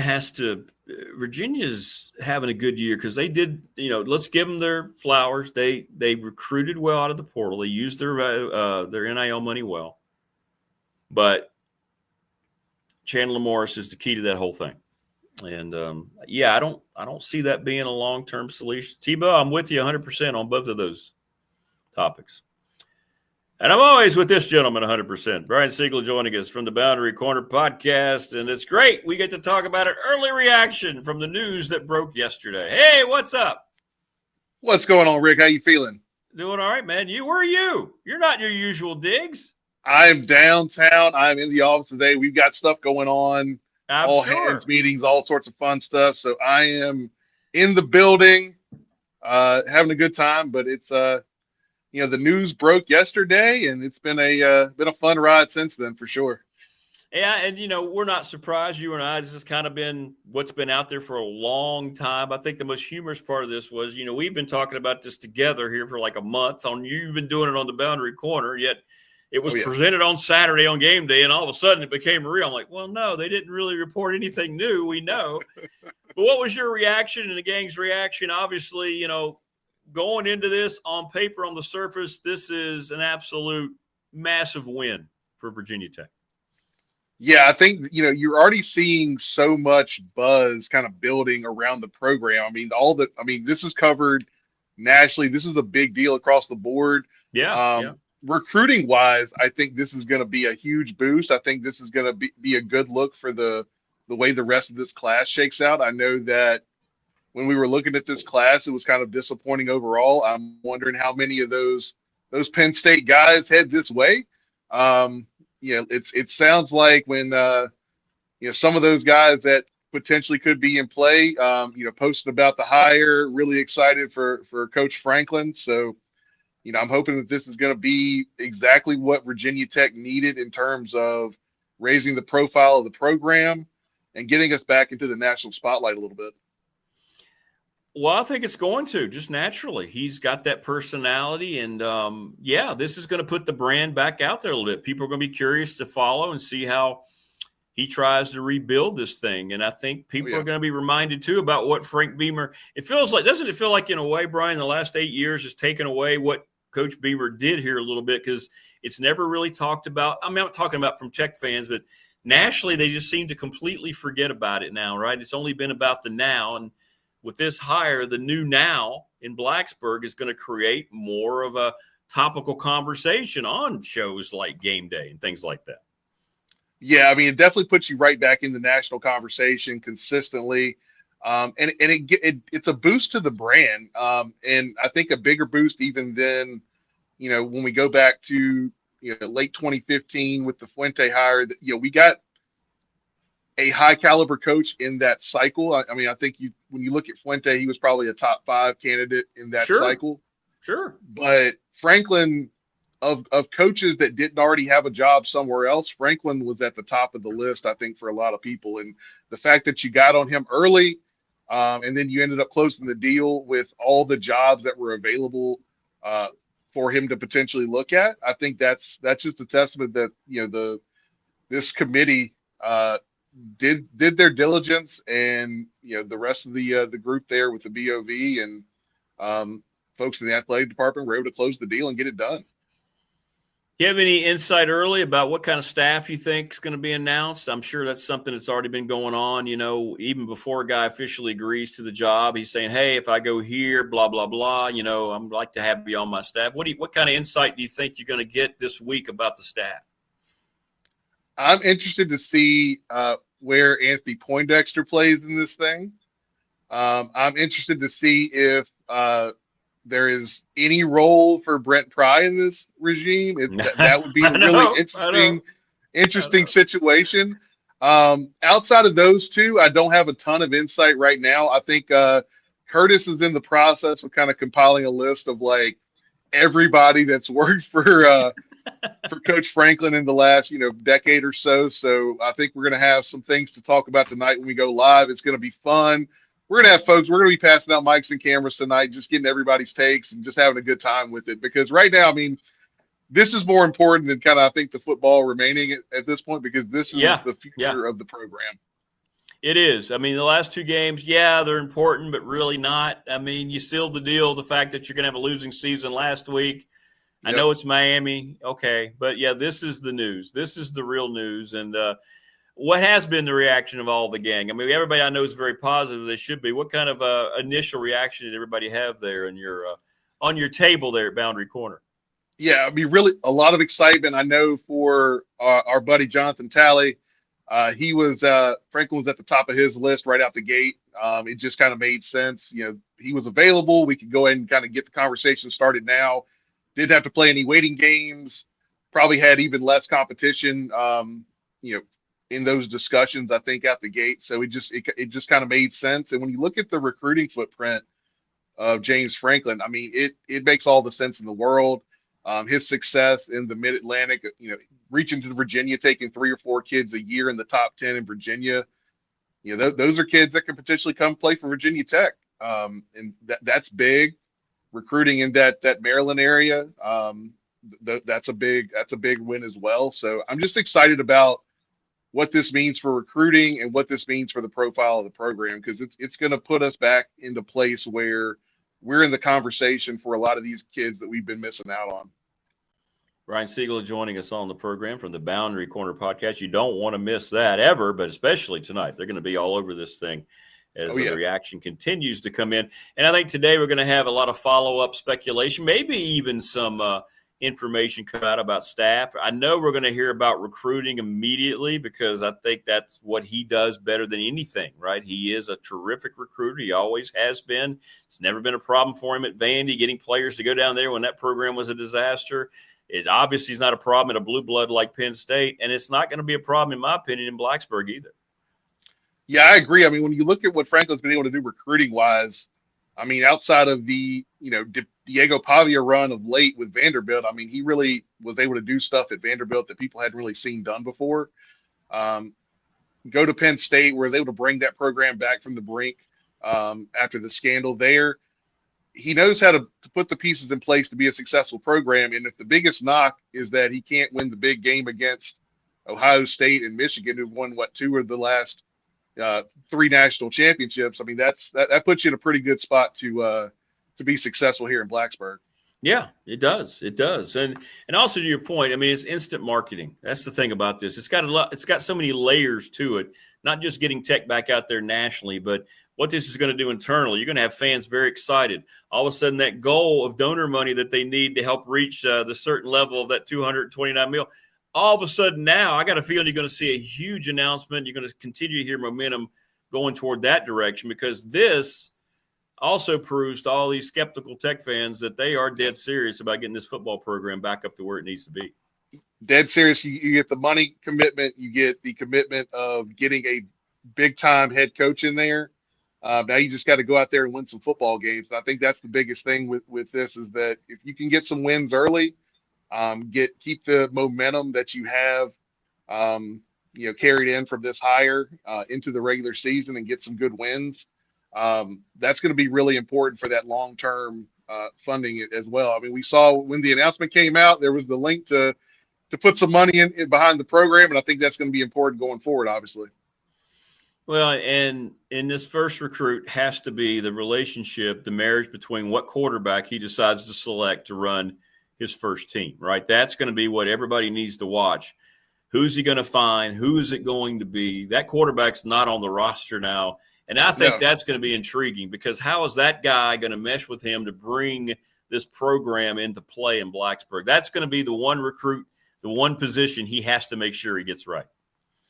Yeah, he's got to get the quarterback right. I mean, we've seen this year that, for the most part, inconsistent quarterback play has been the difference in a couple potential wins that this team could have had, even with all the other struggles that they've had throughout the year, whether it's been, attrition due to the, Brent Pry getting fired or everything else. If you have consistent quarterback play in just a handful of those games, we could be talking about at least a bowl trip this year. So when you look at that quarterback position, that's the one you got to get right. You got to get it settled up early, because I think if you get that in place, then a lot of those other pieces will fall into it as well, because people want to play for a quarterback that they can trust. That's right. That's right. That can embody the vision of the offense, that can be a leader, kind of a face of that program, if not, publicly, at least internally, what they need in the locker room. And, I'm not sure Kyron Jones has been that guy. They haven't had that in a long time, where that quarterback, and how many times did Tech have great teams where we knew the quarterback was the Tyrod Taylor, Brian, you go through all those guys, knew who was going to control the huddle and control the sideline. Yeah, you got to get the quarterback right. You got to have a leader. I think you need a verbal leader as well. I think that's the one thing Kyron probably struggles with is he's not very much a verbal guy. He's very much a lead by example type quarterback. And I think because he's had inconsistencies on the field, it's kind of struggled I think with his development as a leader as well because he kind of plays up and down, and it's kind of hard to get behind someone that's playing inconsistently as well. Well, again, Brian, remind people again about where you guys are going to be tonight and how they can get active and be there and interactive with you. Absolutely. The best place to join us tonight is going to be on YouTube. But if you want to jump on, join us. We're going to be throwing the links in the YouTube chat. We're going to be throwing it on X, on Facebook as well. So if you want to click on that, join us on the podcast tonight. We'll be talking through. We want to get everybody's takes. We want to see what everybody thinks about this thing. I think a lot of people are excited. I think there's a little skepticism out there, but not a ton. Definitely, probably less than you would typically get with the new football hires. So I think everyone's really excited, and we want to hear what they got to say. So check us out on YouTube at Boundary Corner VT, on X at Boundary Corner. We'll be riding that tonight. And if you want to check out all of our old episodes, it's at boundarycornervt.com. So go check us out. It's going to be fun tonight. Oh, absolutely. And you always do a great job. Folks, check it out. You're going to have a lot of fun and get interactive, man. They want to hear from you throughout the course of the podcast. So enjoy, my friend. I know you will. And you guys have a great time. I appreciate it, Rick. It's always a good time joining you and talking this. And I know we've been chatting, offline and trying to get this thing done. I'm so glad that it got done just before I got to join you this morning. So we can talk about it a little bit and cut up. It's great. It's great. They did that just for our timing. I heard that was part of the negotiation, by the way. Yeah, it's like we got to get ready so Big Dog on Tuesday can talk about it. Yeah, they couldn't wait. All right, brother. Y'all have fun, man. Take care. Talk to you next week. Appreciate it, Rick. You have a good one now. All right, you too. There you go. Yeah, and Brian's right. We don't need to talk about the Miami game right now. This what happened yesterday is much bigger than this Miami game. But in any event, good stuff. Good stuff. They're going to have a great time. Check them out. They do a great job. They have their at least 4 guys at one time, and they just interact, and they will have great takes all the way around. Speaking of great takes, Mike Burnop joins us, and now he can talk about it openly. A lot of times, I knew Mike knew things, but you can't ask certain people, put them in a bad position. And I would never do that. I'm not that guy. I'm not going to be. I understand his obligations with what he has over there. And, everybody was kind of in a code of silence over there. So now he can talk about it and how much he's looking forward to it. And, with Mike, he's seen a lot of change over there. He knew how important this was. And I'm interested to get his take. You don't want to miss coming up, Mike Burnop, in our final segment here today. All right. Hit us up on the McClellan Chiropractic chat room. Hit us up on the Professional Door text line. You also never want to miss any conversation we have with our next guest. He's a Radford Hall of Famer, our NFL correspondent, David Smith. What's up, DS? Good to see you, brother. Good to hang out with you this weekend a little bit anyway. I never get to see you enough, though, up at the Greenbrier, although the results weren't what we were looking for. No, we hope that was a bad not a bad sign, but just a bad moment. So we'll chalk it up to that because it's not a lot. Listen, you all schedule is kind of crazy. Not a lot of time. Y'all got an NBA schedule going on, man. Y'all in South Carolina tonight. You got Wilmington Friday, SMU Monday. I think it's like 6 games in 13 days. What are y'all doing? Pelicans? Y'all playing like I think so. I think so. The Pelicans. Hope we're not the Pelicans relative to the NBA in terms of how they are in the rankings. But it was good to see you this weekend, man. Pretty good event, Rick, when you think about it. Be able to come out there and be able to get some kind of recognition in a nice spot, get the kids out for campus and that kind of thing. I'm sure they want to win a few more than they lose, but hopefully they're learning along the way, brother. Hopefully they're learning along the way. So they have their mid-major division they call the River, and then this coming weekend they bring up 3 P4s and Butlers, so you have 4 very strong programs. So that'll be interesting to see how all that plays out for them. But before we get into NFL talk, your reaction. I mean, you're close to the Virginia Tech athletic program as well. All signs point to this being widely revered, and rightfully so. Tech fans suffered for a long time, and this has been the guy. We talked about it for the last month. This has been the one person Tech has focused on, and We'll probably find out. It was a little further down the road than had been led on, but it kind of got a little late in the game. I know Tech wanted an answer. They got one yesterday at 4 o'clock. I like it, Rick. I've liked it from the beginning, probably more than others. I know there's any of these negotiations that go on, people are like, hey, don't treat us like a second fiddle and this and that and the other. And you know more than you've been able to say too. And so there's probably a whole lot of angst because folks feel some kind of way because they want answers. And I've heard Dwight Vick, who I love. I got to talk to him one day. I don't know. I may pop in one Thursday just to say hi to him. Yeah, we'll get you and Vick on there. That'd be great. Because listen, I don't want to say anything. I just want to be able to just say more. I just want to gas him up. But at the end of the day, Virginia Tech, I think, needed to get several things out of this. I think they needed to get someone who could bring cachet to a program that deserves cachet. Yeah, he's a name and a brand that can bring attention to Tech because the Thursday night and the Inner Sandman and the Beamer jersey and all that's fine. But we've been able to, I say we as a Tech fan, been able to secure a certain niche in the college landscape. And now we need to continue to do that by winning games. So the cachet is in place. James Franklin's footprint, I was texting a couple of buddies of mine, a guy who used to play at Tech last night. He recruits the same area that Tech is adored. I mean, you think about, this guy also coached Michael Parsons and Saquon Barkley now. They were both on his watch at Penn State. Pretty good football players. There's Tyler Warren from Richmond, who's the first-round pick tight end playing for the Colts right now, right out of Richmond. He didn't come to Tech. He went to Penn State. They've been getting enough of our kids over the year. He's coached at Maryland, so he gets that whole thing. Penn State's coming into Virginia and getting the kids that we need to make sure see Tech like they've seen Penn State. I think he's going to be able to solidify that. To your point, how he manages his staff is going to be great because if he brings a lot of those Penn State guys to Virginia Tech, that has been recruiting the DMV, and he can get a few from Penn State, from Pennsylvania, I should say. I think it's going to be a win for Tech. I'm excited that they were able to land someone first with all these job openings.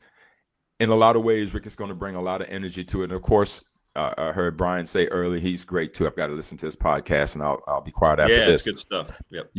You've got to get the quarterback right. Got to nail it. Yep. Rick, and it's not just I've repeated this when we talk about the NFL. I've repeated it when I've talked to people about high school football, any level of football. And Rick, I think it's magnified more now these days than maybe when you and I played, don't you? Yeah, because it does. Because I think now the separator is how to be able to establish some kind of points in a football game. They still keep those scoreboards for points.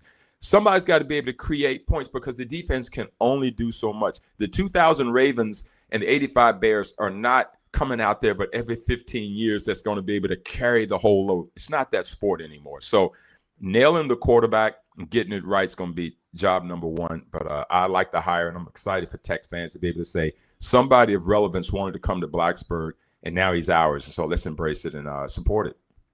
Yeah. I think it's going to be interesting to see how it all pieces together. And he may have to wait to announce some of his staff because if it is Penn State guys, they're not going to say, hey, he's coming with me while he's got some more games to play there, because they're coming off of a big win as well. And by the way, Rick, isn't Anthony Poindexter on his staff up there? Yes, he is. Yeah, that's what Brian was just talking about. Yeah. Jefferson Forest guy, so, UVA all-American, tragically career ended by staying one extra year. He could have been the next Ronnie Lott kind of guy, but he's a super guy, used to be on Virginia staff. So hopefully we can bring some of that to the table. So it's exciting to see good times for Virginia Tech to be able to be relevant in the national news and take it away from some of those Floridas and LSUs and Arkansas. Yeah. Pretty good deal. Deal. Last 8 years or so haven't been necessarily kind to a Tech fan, but now they can celebrate today. They can. Let's go get it. All right, speaking of celebration here, let's work through some of the games here a little quicker now because we did spend time on Tech. But what do we got? What do we got on the NFL docket coming up? Well, we're gonna start with segment number one. We got the Bucs played the Bills on Sunday. So it was a lot of good matchups on Sunday for those of you that watched. It was a lot of good matchups. Tampa Bay was coming into that game at 6-3, Buffalo as well. And so Buffalo ends up getting the win 44-32. The interesting part about the Buffalo game, though, is they were coming off of a loss to my Dolphins, 30-13. So Buffalo goes to Miami, and once a year, Miami gets somebody in their crosshairs down in that heat and handles them, and they did that. So the question was how is Buffalo going to rebound? The answer is if the Buffalo Bills play at home, they're a way different football team than when they're on the road. But if Josh Allen plays like he does and gets 6 touchdowns in the football game, probably going to win. So they put up 44 points against a Tampa Bay team that you and I like a lot. We're fans of Tampa Bay. They were 6-2 a couple of weeks ago, and they've now lost 2 straight. They lost to the Patriots 28-23 last week. So they don't want to see the AFC East anymore after losing 2 straight to them. So Baker Mayfield, pretty pedestrian, 173 yards in the game.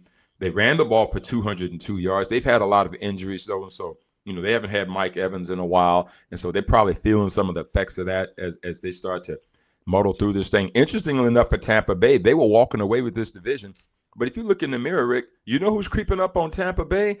It's the Carolina Panthers all of a sudden creeping up on them at, I think, 6-5 record, so they're only a half a game behind Tampa. Meanwhile, Buffalo is now 7-3, and it's been a foregone conclusion for about the last 5 or 6 years. If they were going to win that division, not so fast, my friend. They are now trailing the New England Patriots by a game and a half on top of that division. So Buffalo at 7-3, 5-1 at home, find a way to win the game. They will go to Houston in a very tough game on a short week, Thursday night, your favorite night for football, Rick, Thursday night on Amazon Prime. They will play the 5-5 Houston Texans, and you and I know that's a pesky bunch right there. You don't want to play D'Amico Ryan's football team anytime, certainly on a short week. Meanwhile, Tampa, it doesn't get any easier for them. They've had the Patriots, they've had the Bills, and now they've getting ready to go play the probably hottest team in the league. One of them is the 8-2 LA Rams, one of your favorites. They play them on Sunday Night Football coming up this week. So Tampa right now has got to tighten up. Carolina is breathing down their neck. Meanwhile, for Buffalo, they're in search of trying to get their 6th or 7th straight AFC East division crown as the Patriots are looming large. The Rams. Seahawks, it was a good game, really good game. Rams get the win. Matthew Stafford just kind of manages the game right now. You're right. He's not going to go out and necessarily kill you, but he doesn't hurt you as well. And that was a big win for them. You can see the emotion. I haven't seen the Rams that emotion over a win in a long, long time. And I think that game, they put a lot into it, and that kind of cleared them away a little bit. Rick, I couldn't even believe some of the stats in this game. And I think I may have tossed a sheet away. It was crazy enough that they outgained the Rams by 1 million in the game, crazily enough. I mean, the only stat that they didn't win they won 2. They turned the ball over way too much. Sam Darnold reverted back to some of his old ways, which is not great. He had 4 interceptions in the football game, and they still had a kick to win it at the end.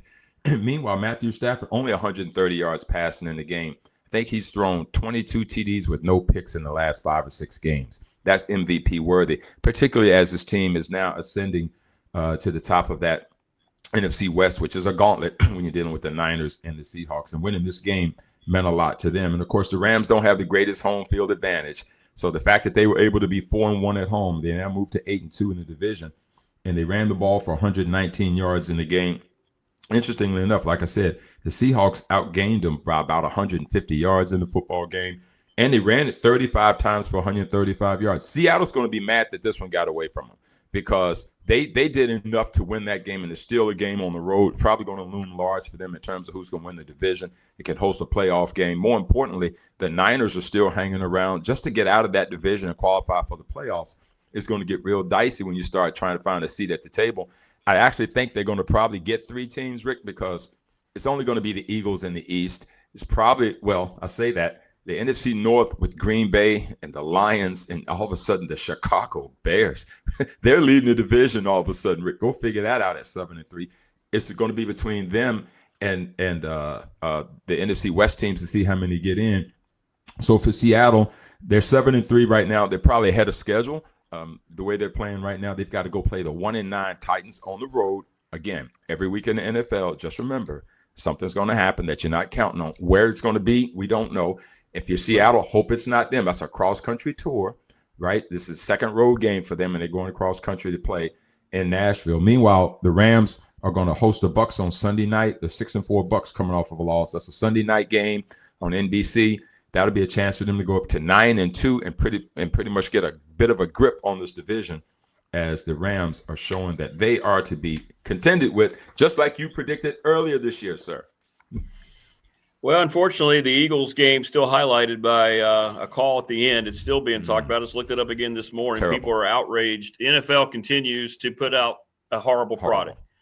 And I don't understand how the people up top can continue to ignore this. This is why people get into the conspiracy theories about gambling. This is why people wonder about how games are decided. That pass interference call was one of the worst things I've seen in a long time, and this was a game that deserved better than that. And we're seeing national people. We're seeing people just openly now no longer care about their affiliation with the NFL. They're criticizing the league and continues to have just don't say anything about it. Let's don't reprimand anybody.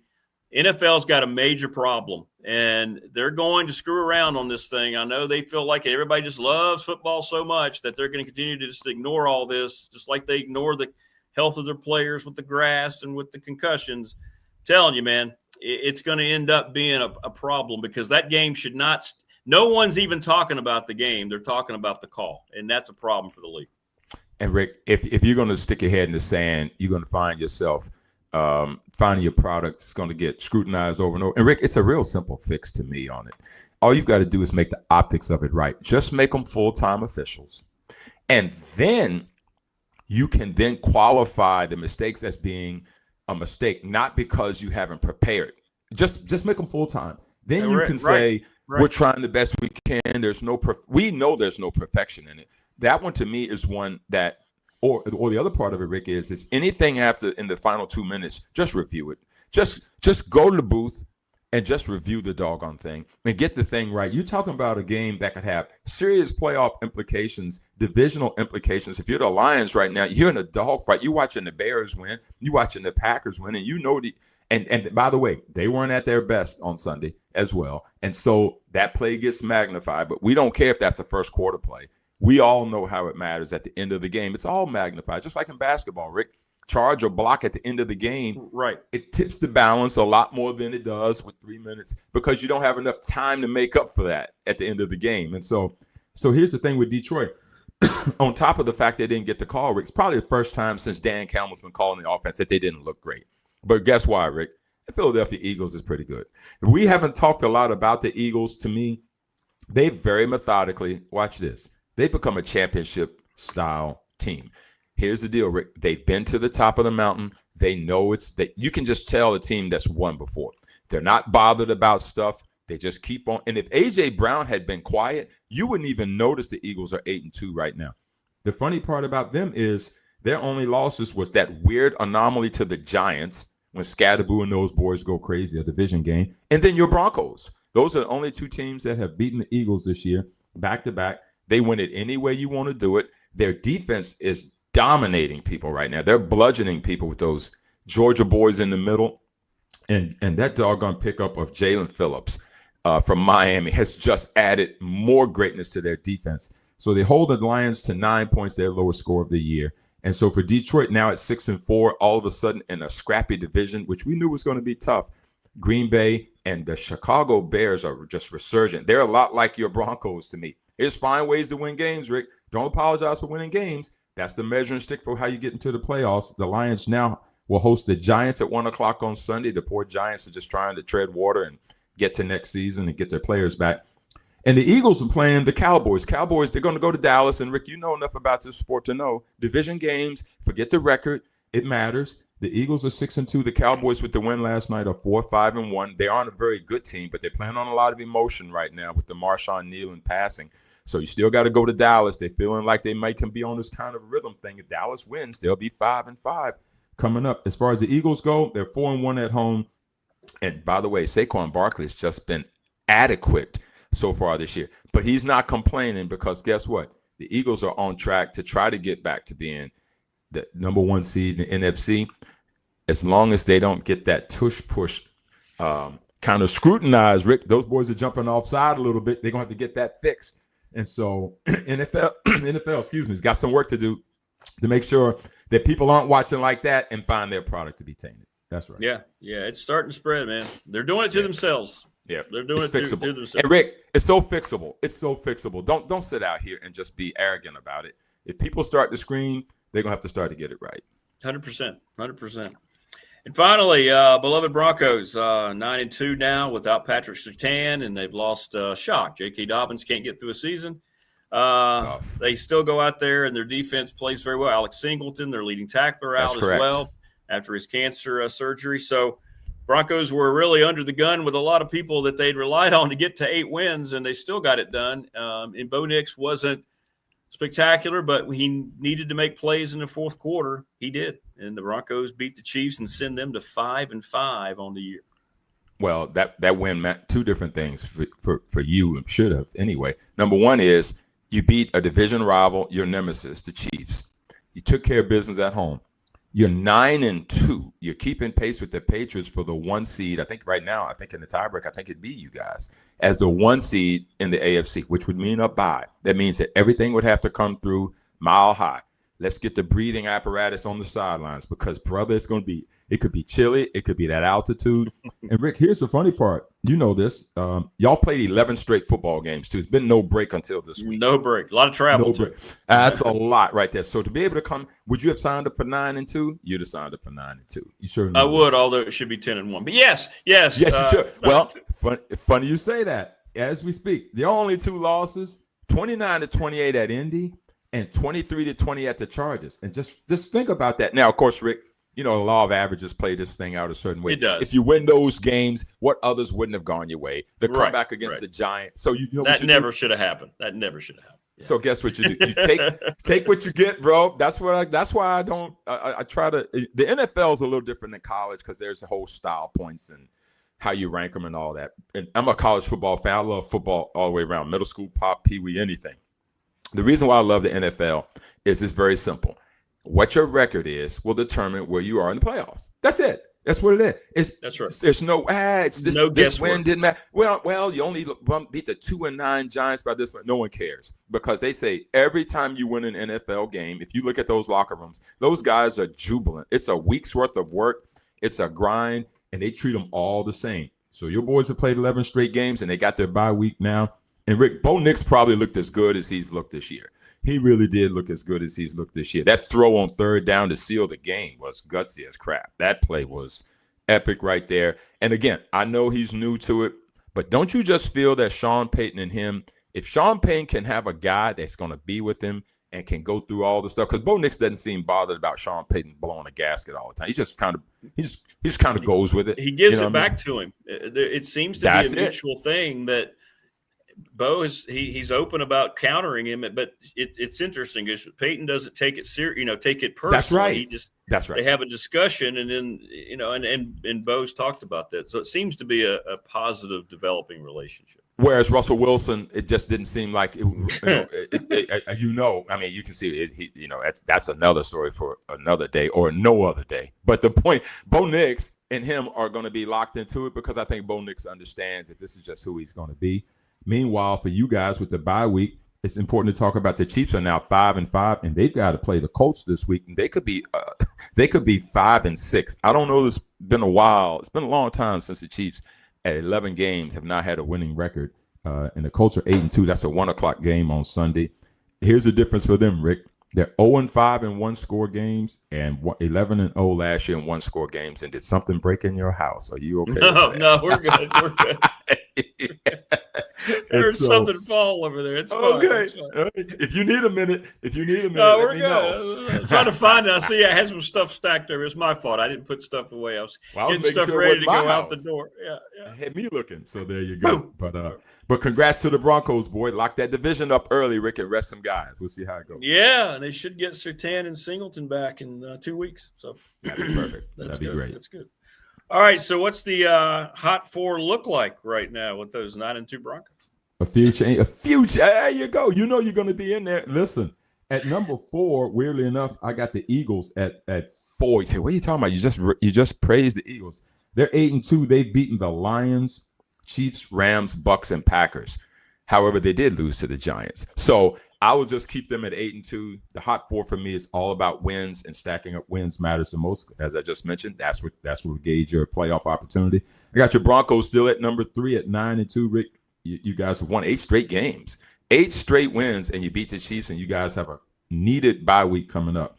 I got the Rams at 8-2, slightly ahead of you all. They just beat the Seahawks 21-19. They right now are probably playing as good as anybody in the NFC, along with the Eagles. And I get the Patriots at number 1 at 9-2. Yep. They just beat the Jets, and the New England Patriots look to total complete part. It's going to be real interesting to see if they can hold on down the stretch and win that AFC East. So a couple of changes. The Eagles came in and the Colts went out, as that's the hot four as we wrap up week 11 and head into week number 12. Not surprised. Drake May, I loved him in college. And you sure did. He has just, he's found his niche now with the right coaches. It's good. It's fun to watch a kid like that develop. It is. And as we've said, Rick, if you look at all four of those teams, not a surprise. Good coaching and darn good quarterback play right now. Yeah. All right. So how about the picks this week? First of all, how did we do last week? Well, we've been better, Rick. You were 1-4, my good friend. Both of us had the Falcons. They lose it overtime. We had the Bucks against the Bills. We had the Chargers. Who saw the Chargers getting smoked by Jacksonville? Not you and I, and they did. What was up with that? That was I don't know what to make of that. And you had the Rams over the Seahawks, and they actually got that done. So I said 2-3. I'm actually 1-4 with you. And you had the Lions over the Eagles. I had the Eagles. So we both were 1-4. You're 20-20 so far this year, Rick. And I'm 21-19. 2020. There's your vision. There you go. So I'm just one game ahead of you, but there's always this week. Ready? Here we go. Week number 12. Dolphins, Commanders, Broncos, and Chargers are on a bye. So we're going to start off a couple good games again, Rick. The Buffalo Bills on a short week with the win, going to play the 5-5 Titans on Thursday night. Who do you like? Who are they playing? Who we got? Bills play the Texans. I said Titans. I'm sorry, Texans. Bills and Texans Thursday night. In Houston. Short week. Bills on the road. Bills aren't good on the road. You just talked about that. You just highlighted how they're not that great on the road. Well. CJ back? What's CJ's status? Hadn't heard. I guess we'll find out today. Davis Mills played well last time out. So, but I'm gonna go Texans at home. How about that? Them too. I'm with you. I'm going to go Texans. Listen, I'm a Dolphins fan. I know we're out of it, but anytime the Bills can lose, I'm good. The 6-4 Steelers. We don't know about Aaron Rodgers either. Left wrist issue. Mason Rudolph came in and gave him a boost the other day. The 6-4 Steelers at the 7-3 Bears. I have a wife that really wants to see the Bears win that game. So we'll see what happens. Steelers at Bears, 1:00 on CBS Sunday. Guess you got to go with Chicago just because, like you said, we don't know about Rodgers. I mean, if he's not there, man, that just makes that offense even more anemic, right? Well, Rick, I don't. You know what's funny? I'm going to take the Steelers, and here's why. I just can't imagine. Now the Bears will probably win the game. I want to take the Steelers because Mason Rudolph may come into that thing and surprise everybody because for some reason Mike Tomlin's kept him around. He understands the landscape of it. I'm going to take the Steelers. That would be my upset for the week right there. I don't expect them to win, but I got to take the outlier. Meanwhile, the Vikings are reeling. They're 4-6 right now. They play the Packers. The Packers barely escaped on Sunday in their game. They're 6-3-1. That game's in Green Bay, 1:00 on Sunday. Vikings at Packers. They had Sam Darnold. Oh, J.J. McCarthy. Daniel Jones. Right.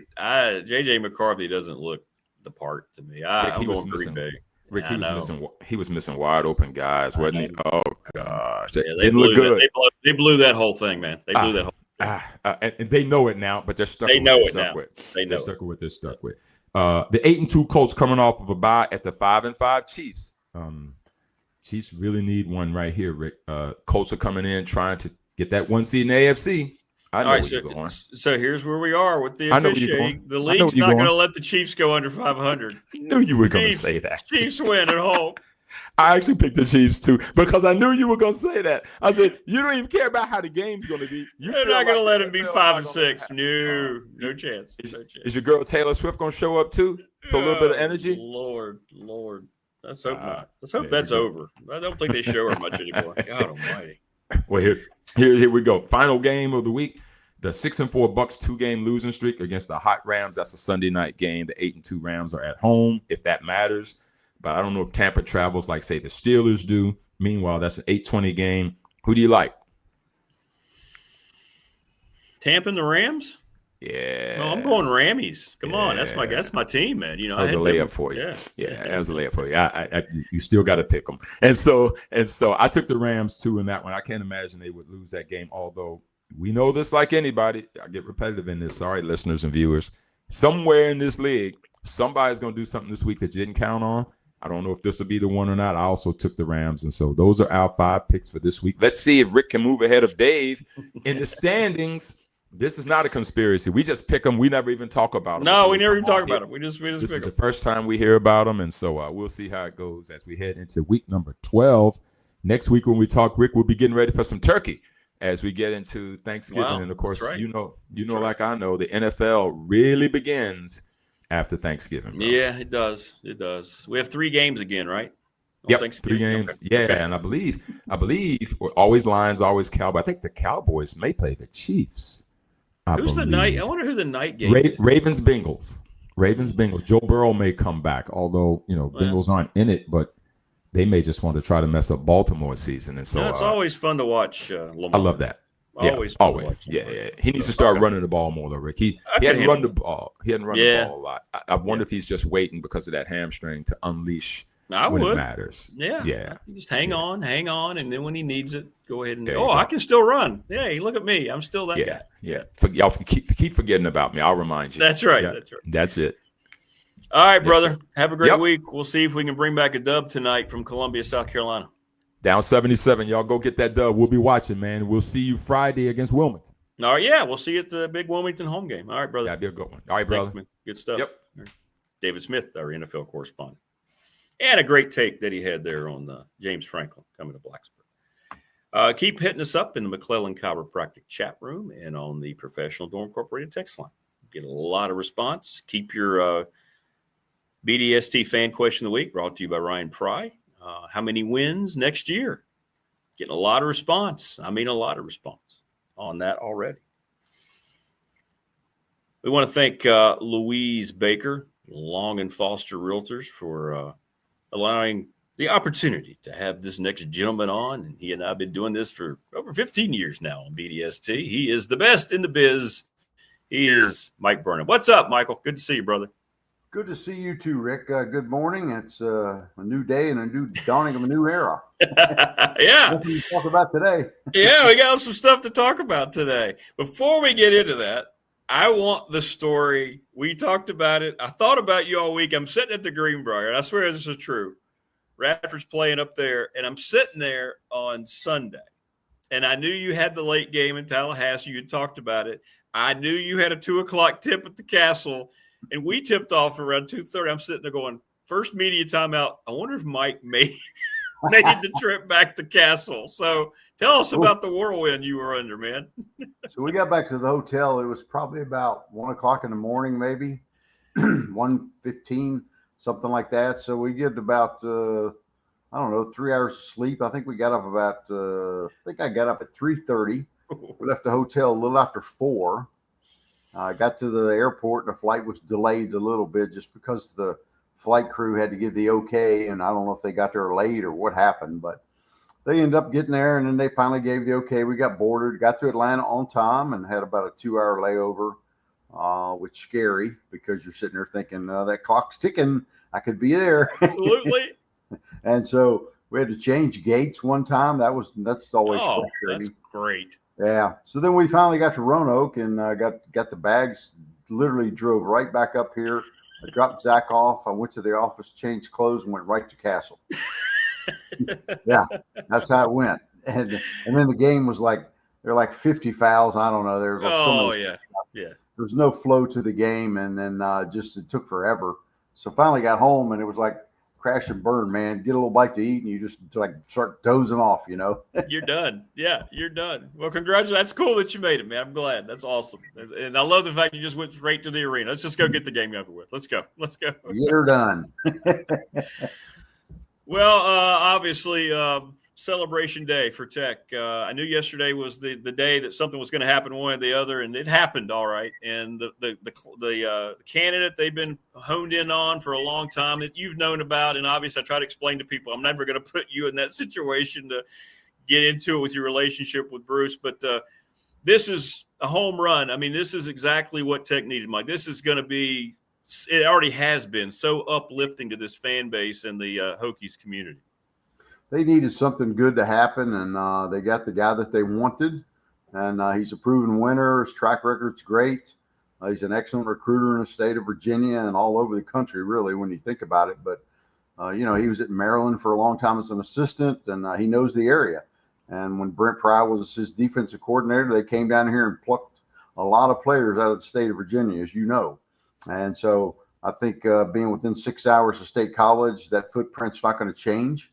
And I think that I saw somewhere yesterday, and you never know what to believe when you see stuff online, but I saw somewhere yesterday that were 15 to 17 decommits that they had at Penn State after he got fired.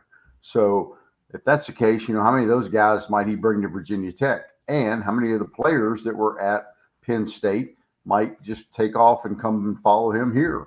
So especially kids that maybe are from the state of Virginia and want to finish their careers out in the state of Virginia.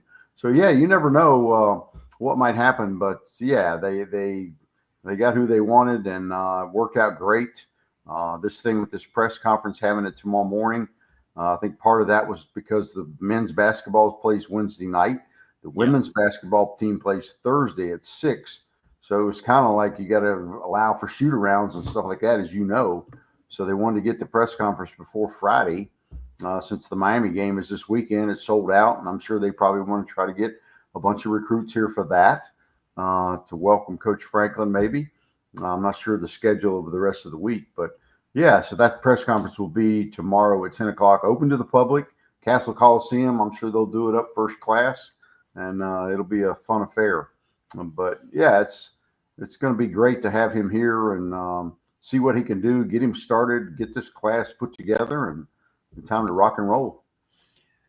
And we'll find out, sooner than later about the kind of staff. I'm sure that's something that's already been in motion, and that's going to be key. It's always very key. You've talked about that over the years, Mike. What kind of staff are you going to have to support your new vision of your new program, right? In his case, he's built it back at Vanderbilt, built them in. Actually, he didn't have to build it back. They had nothing. He built it at Vanderbilt.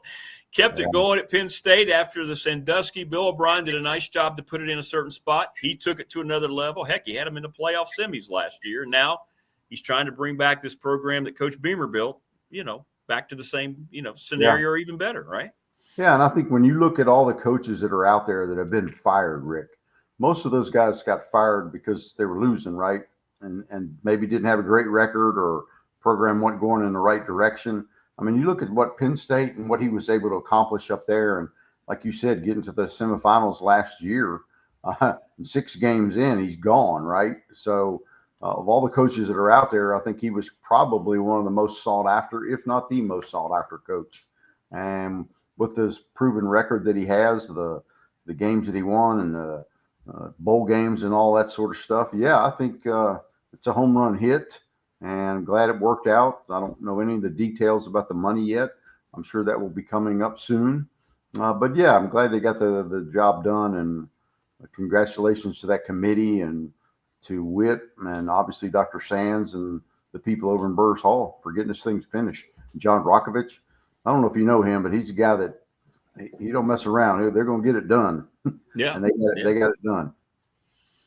Mike Burnop joining us on the program. His appearance brought to you by Louise Baker, the Louise Baker team, Long and Foster Realtors, 540-320-0382, nrvhomes.com. Who knows? Maybe James Franklin can give Louise a call, find him a new property, right? Absolutely. That would be a great fit because she knows about all the properties that are around. And, yeah, I've heard rumors that he already looked a little bit and, you never know what's going to happen with stuff like that, but I'm sure he'll find some place and hopefully maybe Louise will get a shot at that. You never know, but she's great. Love her, appreciate everything she does. She's a great Hokie, and I bet my last dollar that she'll probably be there tomorrow if she's in town and doesn't have a meeting. Absolutely. 100% she's going to be there at the press conference. Well, and you bring that up, the whole situation around his departure at Penn State. I hope somebody asked how he's feeling. He won't probably be able to talk about it much, but, that whole thing just seems strange the way it was handled. I just, I know he had a couple bad games, but they were just in the semifinals. You can't say he didn't have that program contending where Penn State thinks they're going to be. So he might have a bit of a chip on his shoulder now, right? A little bit after all that. Who knows? Yeah, I would think so. And I think that's true with some other schools too, just like Clemson, for example. You think about them. They were predicted to be in the college playoff, right? And maybe the national championship their quarterback was going to be the Heisman Trophy winner. And look what happened to them, right? They go on this, they lose a couple games, and then the players probably check out. Some of them do, and they go through this losing streak. And I think now they got it back to 500. But yeah, it's the same thing there. I mean, they didn't get rid of Dabo, but he had a great track record and he's done a great job. So yeah, I think, sometimes these people get a little trigger happy, and, you get some of these donors that got a lot of money and just don't care about how to spend it. And apparently what I've heard is that one donor came and said, I'll buy him out. So, if you got $50 million laying around, why not? We all do. I don't think we have that problem, Rick. No. And the other thing too, and you've talked about this a lot, and so I kind of just say, well, he's right. You've been right every time. He's going to have to make sure the thing he nails out of all these recruiting tidbits we're going to hear, he's got to get that quarterback that's going to run his offense for his first team in Blacksburg and build on that in that relationship. And that'll come from the portal in all likelihood. But you feel like he understands that, but it's going to be interesting to see how all that comes together for him. Yeah, there's no doubt. I mean, the signing day for high school kids is coming up quick. I think it's the Wednesday after Thanksgiving, so December 5th or something. So that's coming fast, which is why you wanted to get somebody in here as quick as you could to try to salvage maybe the class that obviously Brent Pry and Philip Montgomery have been working on. Who knows if he wants some of those kids? He may not want half of them. Who knows? And then he's got the class that he had at Penn State that was coming in. And so that's something you got to work on. And then the portal opens up right after the first of the year. So that's something else that they'll be certainly working on hard. But it all starts with the quarterback. You got to have a good one. And if you don't, or if you have an average one, the chances of winning are pretty slim unless you got a great defense. I mean, Oklahoma, look what they did to Alabama the other day, right? Their defense forces 3 turnovers, and the offense for Alabama doubled up the numbers that Oklahoma had on offense. But unless you got a situation like that, you better have a good quarterback. And I'm sure he will find a good one. The money is out there to pay him, his staff, and the NIL. So we'll see what happens and who they bring in and how quickly it can get meshed and work together. That spring practice now is going to be huge. No, it's going to take on a life of its own. It really is. Yeah. Since so many people are asking, what do you think about, is there any kind of possibility Brent Pry could end up as part of James Franklin's staff? I know it sounds strange, but I mean, it's happened in the NFL. Vance Joseph got fired in Denver as the head coach, and now he's hottest defensive coordinator in the NFL on the same Sean Payton staff. I mean, it can happen. And I know that relationship probably played a lot in his decision too. I'm sure Brent had a lot of input into all that and how things operated around here. I mean, certainly that would have to be the case, but yeah, I mean, I don't know how that would work out. That's something that the higher ups would have to decide and see if it would be a good fit or not. I know one thing, that Brent Pry loves Virginia Tech, and he did everything he could in his power to make this thing work. And if there's anybody as close to Frank Beamer, that was him. And the way he operated and ran things and tried to build the program and get the culture back and get the ex-players involved, and all the stuff that he did was fabulous. It just didn't win enough on the field. So we'll see what happens with that. I did hear somebody say, or another thing that you know if you can believe or not, is that Coach Franklin was going to bring 3 or 4 assistants with him to the press conference tomorrow. Maybe not assistants, but staff people. But we don't know if that's true or not. They may be in the background of the press conference. They may be there listening. Who knows? But I'm sure he's got to have people right now ready to go with ops and get that recruiting thing going and all those sorts of things. Yes. Yeah, I would think that, he's had the same GM that's followed him along the way. I think that would be a great first guy to see and announce there too, right? He knows me better than anybody. I've trusted him at Vanderbilt. I've trusted him in Happy Valley. He's coming with me. I mean, people are going to have a lot of questions about the GM. That seems like a natural fit too, right there immediately. Yeah. Yeah, you got to be, you're going to surround yourself with people that you're comfortable with, obviously. And, we'll see how that works out. I mean, guys are a lot different. Some guys are different. Like Buzz Williams came in and he just kind of brought everybody he wanted and his whole staff, his people that he was familiar with, and everybody else was on the out looking in. And, I don't know what the case will be for James Franklin in terms of some of the guys that played here that are coaching now, the Beamer guys. I don't know how that will work out. Yeah. He'll have to get a feel for that, and we'll see. I mean, he's certainly got a lot of contacts from all the stops he's made and all the years that he's been coaching. Mike Burnop joining us on the program. Thanks to Louise Baker, the Louise Baker team, Long and Foster Realtors. Well, I know Tech and Penn State haven't played. You followed them, though. What kind of team do you remember watching from James Franklin over the years? Offensively, we know he's a defensive-minded guy, and they've had good defenses. But what kind of a program offensively do you expect to see out of him?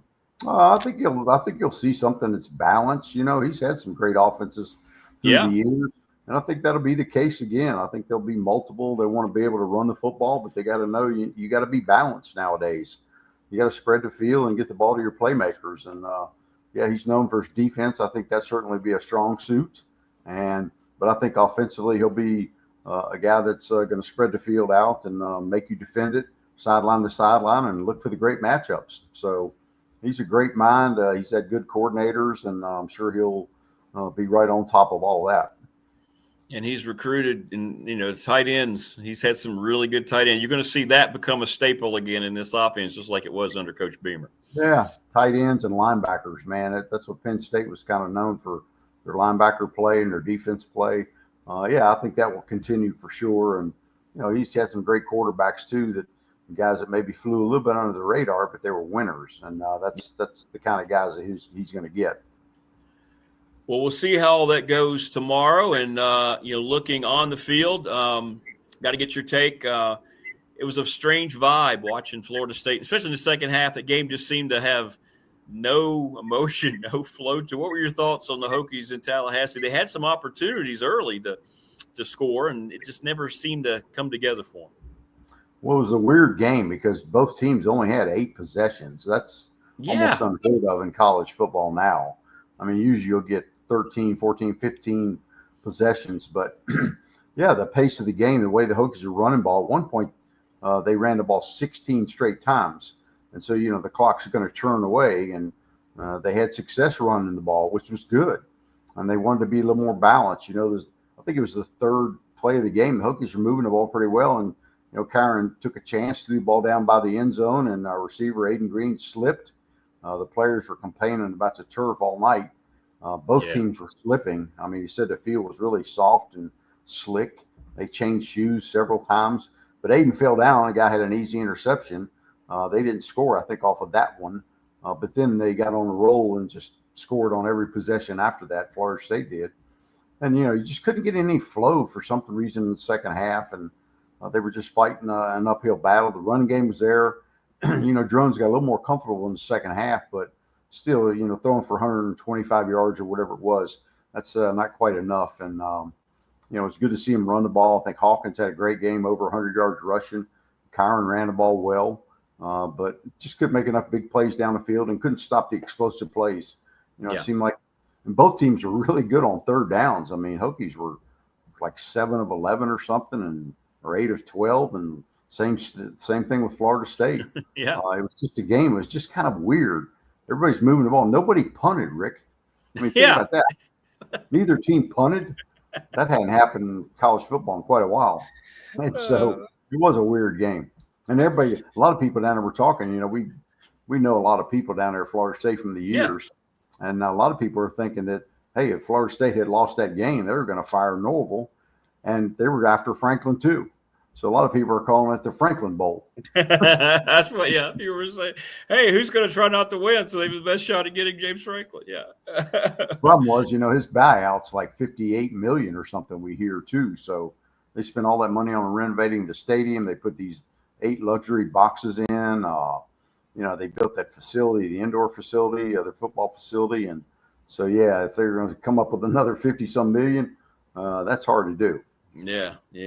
If they pull out the rest of the season, I bet you he stays. If they go 7-5, just like what Loxley, right, at Maryland, what they're decided, hey, you know what? Maybe we shouldn't go. There's going to be a lot of programs that need coaches right now. So why don't we just kind of hang on to what we got for another year, right? Yeah, that's the thing. That's going to be interesting to see what happens with Shane Beamer.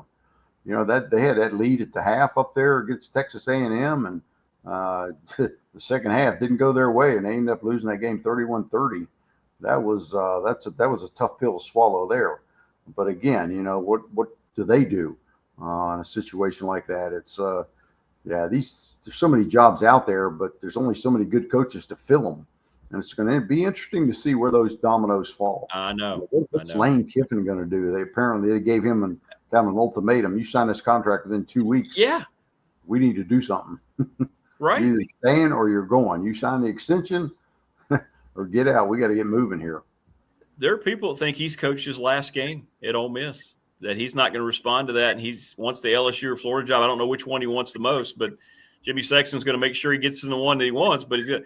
So I think he's done at Ole Miss. I really do. That's bizarre how that thing turned this way. I guess good for Mississippi. Once they found out he was flying his family to Gainesville and Baton Rouge, they were like, "No, we're not playing that. You're going to make So good for the school. Good for the school. Yeah. Well, I mean, this whole thing has gotten out of whack with the agent stuff, the money and the buyouts. It's made college football a mess. Not to mention the NIL and all that, but yeah, it's just totally a different game from when it was back in the day when Coach Beamer, Coach Bowden were coaching, and you know, there may have been some stuff going on under the table, but not like today. That's just totally out of whack. No guardrails. None. Wild West. None. Well, finally, Mike, Saturday, hey, we got a game at noon. And, hey, it's Miami. But it's just so under the radar right now with the hiring of James Franklin. But they come in. What do you think, man? Tech, Miami at noon. You never usually see a game, like that. And it's usually an afternoon game, a little later, or night game. But Canes are treading water a little bit right now. What kind of team do you expect to see in Blacksburg on Saturday? That's going to be a little interesting because – the Hokies, how do you get the Florida State game at night? You got a Miami game at noon. I know. I think to me that they were protecting Miami a little bit. Seems like that they don't want them to come up here and play a night game when it's wild and crazy atmosphere. And, they might get behind the 8 ball a little bit. So play this thing at noon. Hokies only had one noon game all year. And all of a sudden you're playing Miami. But daytime was going to be, warmer and not as cold. And see them on national TV. So I think they might have protected Miami a little bit in that regard. I was surprised it was noon, especially after Florida State was at night. But, I just hope that this team will rally, not quit. I don't think they will. But, it's tough when you've been playing for your interim coach. Montgomery's done a great job. And then now all of a sudden, you got a new guy coming into town. Everybody's kind of on a slippery slope. They don't know what's going to happen. So many people are in limbo. And, I hope they play hard and give them a shot. The game is sold out. I think they'll have a great atmosphere and great recruits. Miami's good. They're going to have to play well. And they're going to have to be more balanced. They got to be able to throw the ball, that 76 yards or whatever against Louisville and 125 against Florida State. They got to get the ball down the field a little bit more to be more balanced. You can't just sit there and run it all day. But the big thing is prevent the big plays and got to get some stops on defense. And so I think they got a shot to win this thing. For Miami, it's all in their hands. They're on the outside a little bit looking in. Yep. But they got to play the Hokies on the road in that pit. Neither one of them are going to be easy for them. So, the ball's kind of in Georgia Tech and Virginia's hands, really. Well, and you said it too, the recruits now, it's going to take on a little different meaning, isn't it, with that guy in the house on Saturday? Yeah, and the new coach in the house as well. Yeah. I go back and think about that Georgia Tech when that game against Wake Forest, they should have another loss already. And then the other day when they're playing Boston College, I don't know if you saw that game, but Billy O'Brien went berserk when Haynes King got up there and went crazy. He was looked like he was right over the line when he completed that pass on a third down play that, they were trailing 2 scores in the fourth quarter in that game, I think. And that turned out to be a big play. And he went berserk on the sideline, got a penalty, threw his headset down. They don't review the play. And, I think Georgia Tech's been a little bit fortunate. Yeah, they have. The position that they're in. Not to mention UVA, with the way they've won the 3 games in overtime, you get a safety. I mean, they're playing good. Don't get me wrong, but the ball's bounced their way, and sometimes these good teams, you got to be a little bit lucky, and they've had a great year. Well, and I was talking about this earlier with chat in the chat. People were. That's why this whole hiring of Franklin, he can come in and immediately turn Tech into an ACC contender. I mean, Miami is always going to be Miami, hyped up. Like you say, they get all this help from the league. Clemson's kind of, we don't know. Florida State might have a new coach. I mean, Louisville's lost 2 home games in a row, back-to-back. Carolina's not got any traction. Duke, Georgia Tech, as you mentioned.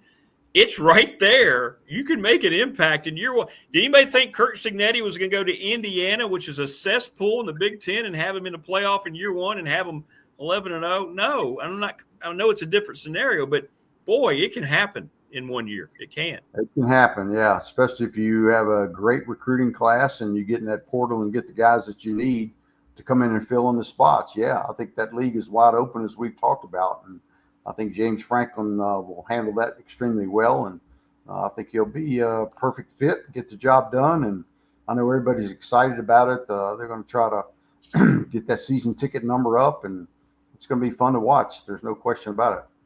Oh, they will, and the donor money is going to come out. It's going to be this whole thing is going to have an immediate impact in a lot of different areas, in my opinion. I really think that's going to be the case. So. Yeah, I think so too. That league is wide open, and certainly got a shot to get that thing done. And 2 more games to play. I hope they play well. And there's the bowl games situation is out for the Hokies, obviously, but they got a chance to be the spoiler, and we'll see what happens. They're going to get fired up for obviously both of these games, 2 big rivals.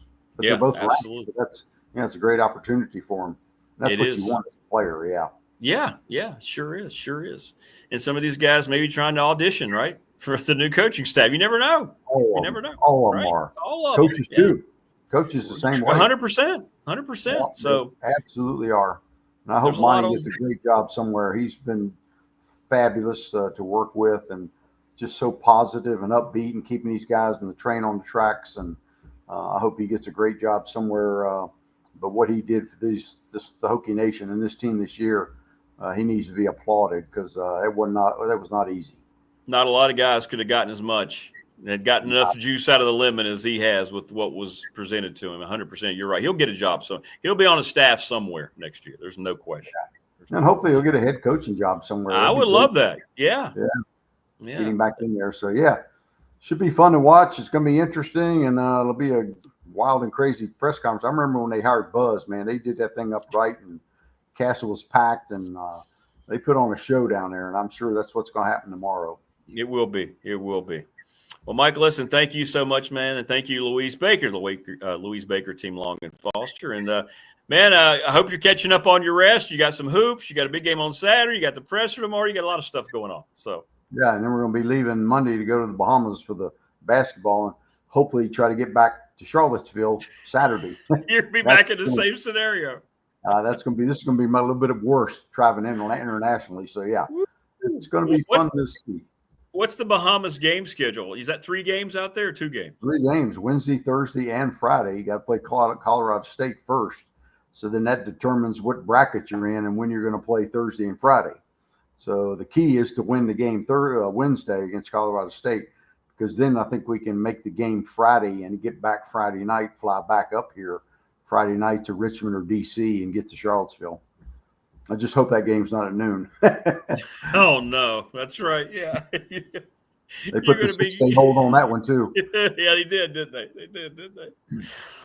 Well, safe travels, my friend. Great stuff, and congratulations to you and everybody over there involved at Tech. That's a major win, and it's going to be the reverberations are going to be felt for quite a while with that announcement yesterday. Yeah, it's going to be fun. By the way, real quick, did you see Chris Long? He played at UVA. His daddy, of course, is Howie Long. Yeah, he does a podcast. So yesterday he put this thing out there with him. I don't know who is the guy that was doing the podcast with him. The guy starts just like screaming. And Chris Long says, what?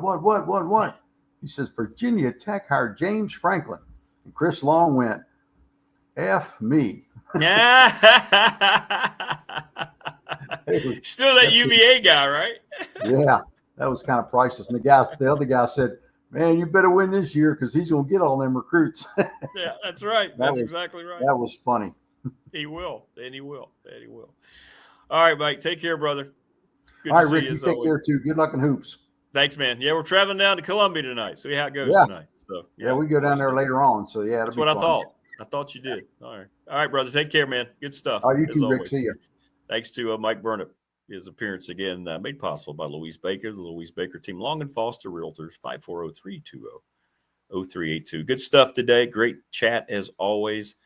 Be sure to hit Bob Christ up in the Ready Set Fund, bobchrist11@gmail.com. They send out text messages for you. A lot of the local high school teams have gone through them, and they raise money for their programs. It's outstanding. I mean, it really, really is outstanding.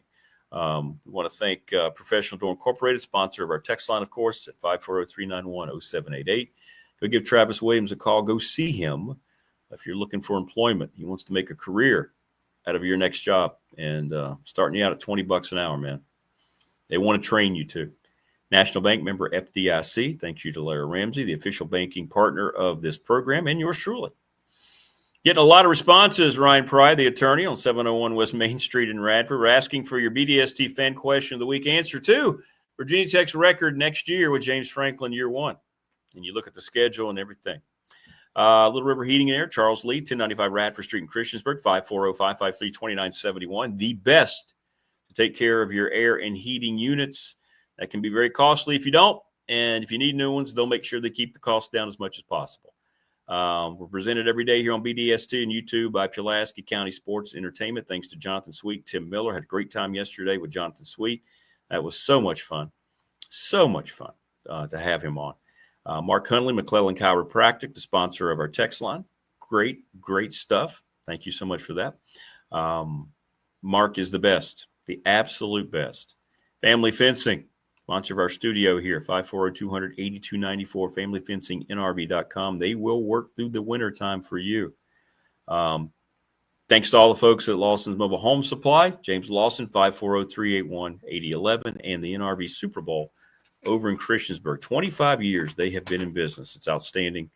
540-382-5525. Don't forget to go by Harvey's GM in Radford and talk to Brad Harvey, George Jr., any of their fine sales associates. If you need a new car, used car, they will help you out. And you won't get a lot of sales pitches. They just like to talk to you as dudes. It's great. It's great. And thanks to Brandon at Top Shelf again for coming up with these awesome T-shirts that people seem to really be enjoying. If you want one, hit me up, DM me, Rick Watson or Big Dog Sports Talk on Facebook, or send me a message on the text line. $20. If I can get them to you local, it's not a problem. We can meet up here. I have all the shirts. Nobody's in danger of not getting one if you've already paid. And $28 if you want it shipped. And I think I can get a couple, 3 shirts in a package for the same cost. I'm not sure. It might be $1 or $2 more, but don't worry about that. I'll offset that. But let me know if you want a T-shirt.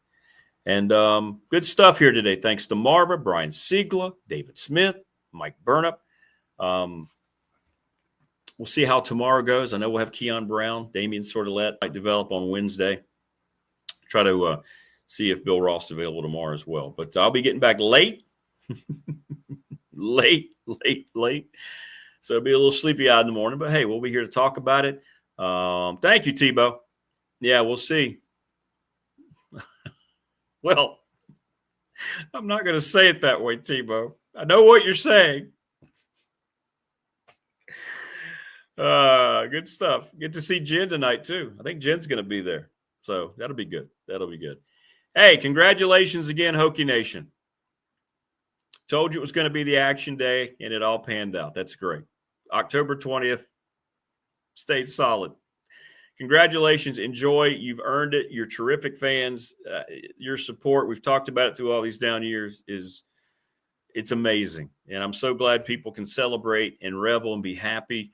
Congratulations to everybody over in Blacksburg. You got your guy. The committee did a great job. I know Bruce and Bud did a great job. With Babcock working on the side here to make sure everything got done with the negotiations. It doesn't matter the time frame now. The fact is that it happened. You got guy one and the most pivotal hire that you've had maybe ever to bring this program back right on the cusp too, which we didn't talk about much today, but we'll get more into, right on the cusp of this new alignment that's coming our way within the next 3 years. I think the timing is working out in a lot of different ways in Tech's favor. Enjoy the rest of your Tuesday, everybody. Tune us in tonight on the Radford Radio Network if you're bored. And check us out, Radford in South Carolina, 7 o'clock. It'll also be on the SEC Network, I believe. Take care, everybody. We'll see you tomorrow. Thank you so much again for your contributions. Please go subscribe, like, and share our channel. Again, if one of you who are subscribed gets somebody that you know to do it, we'll be at 1,000, which is the next mega number to get us in good with YouTube. We're getting there. We're less than 300 away now. We keep climbing up very steadily. Thank you so much for your support, and we'll talk to you tomorrow, everybody.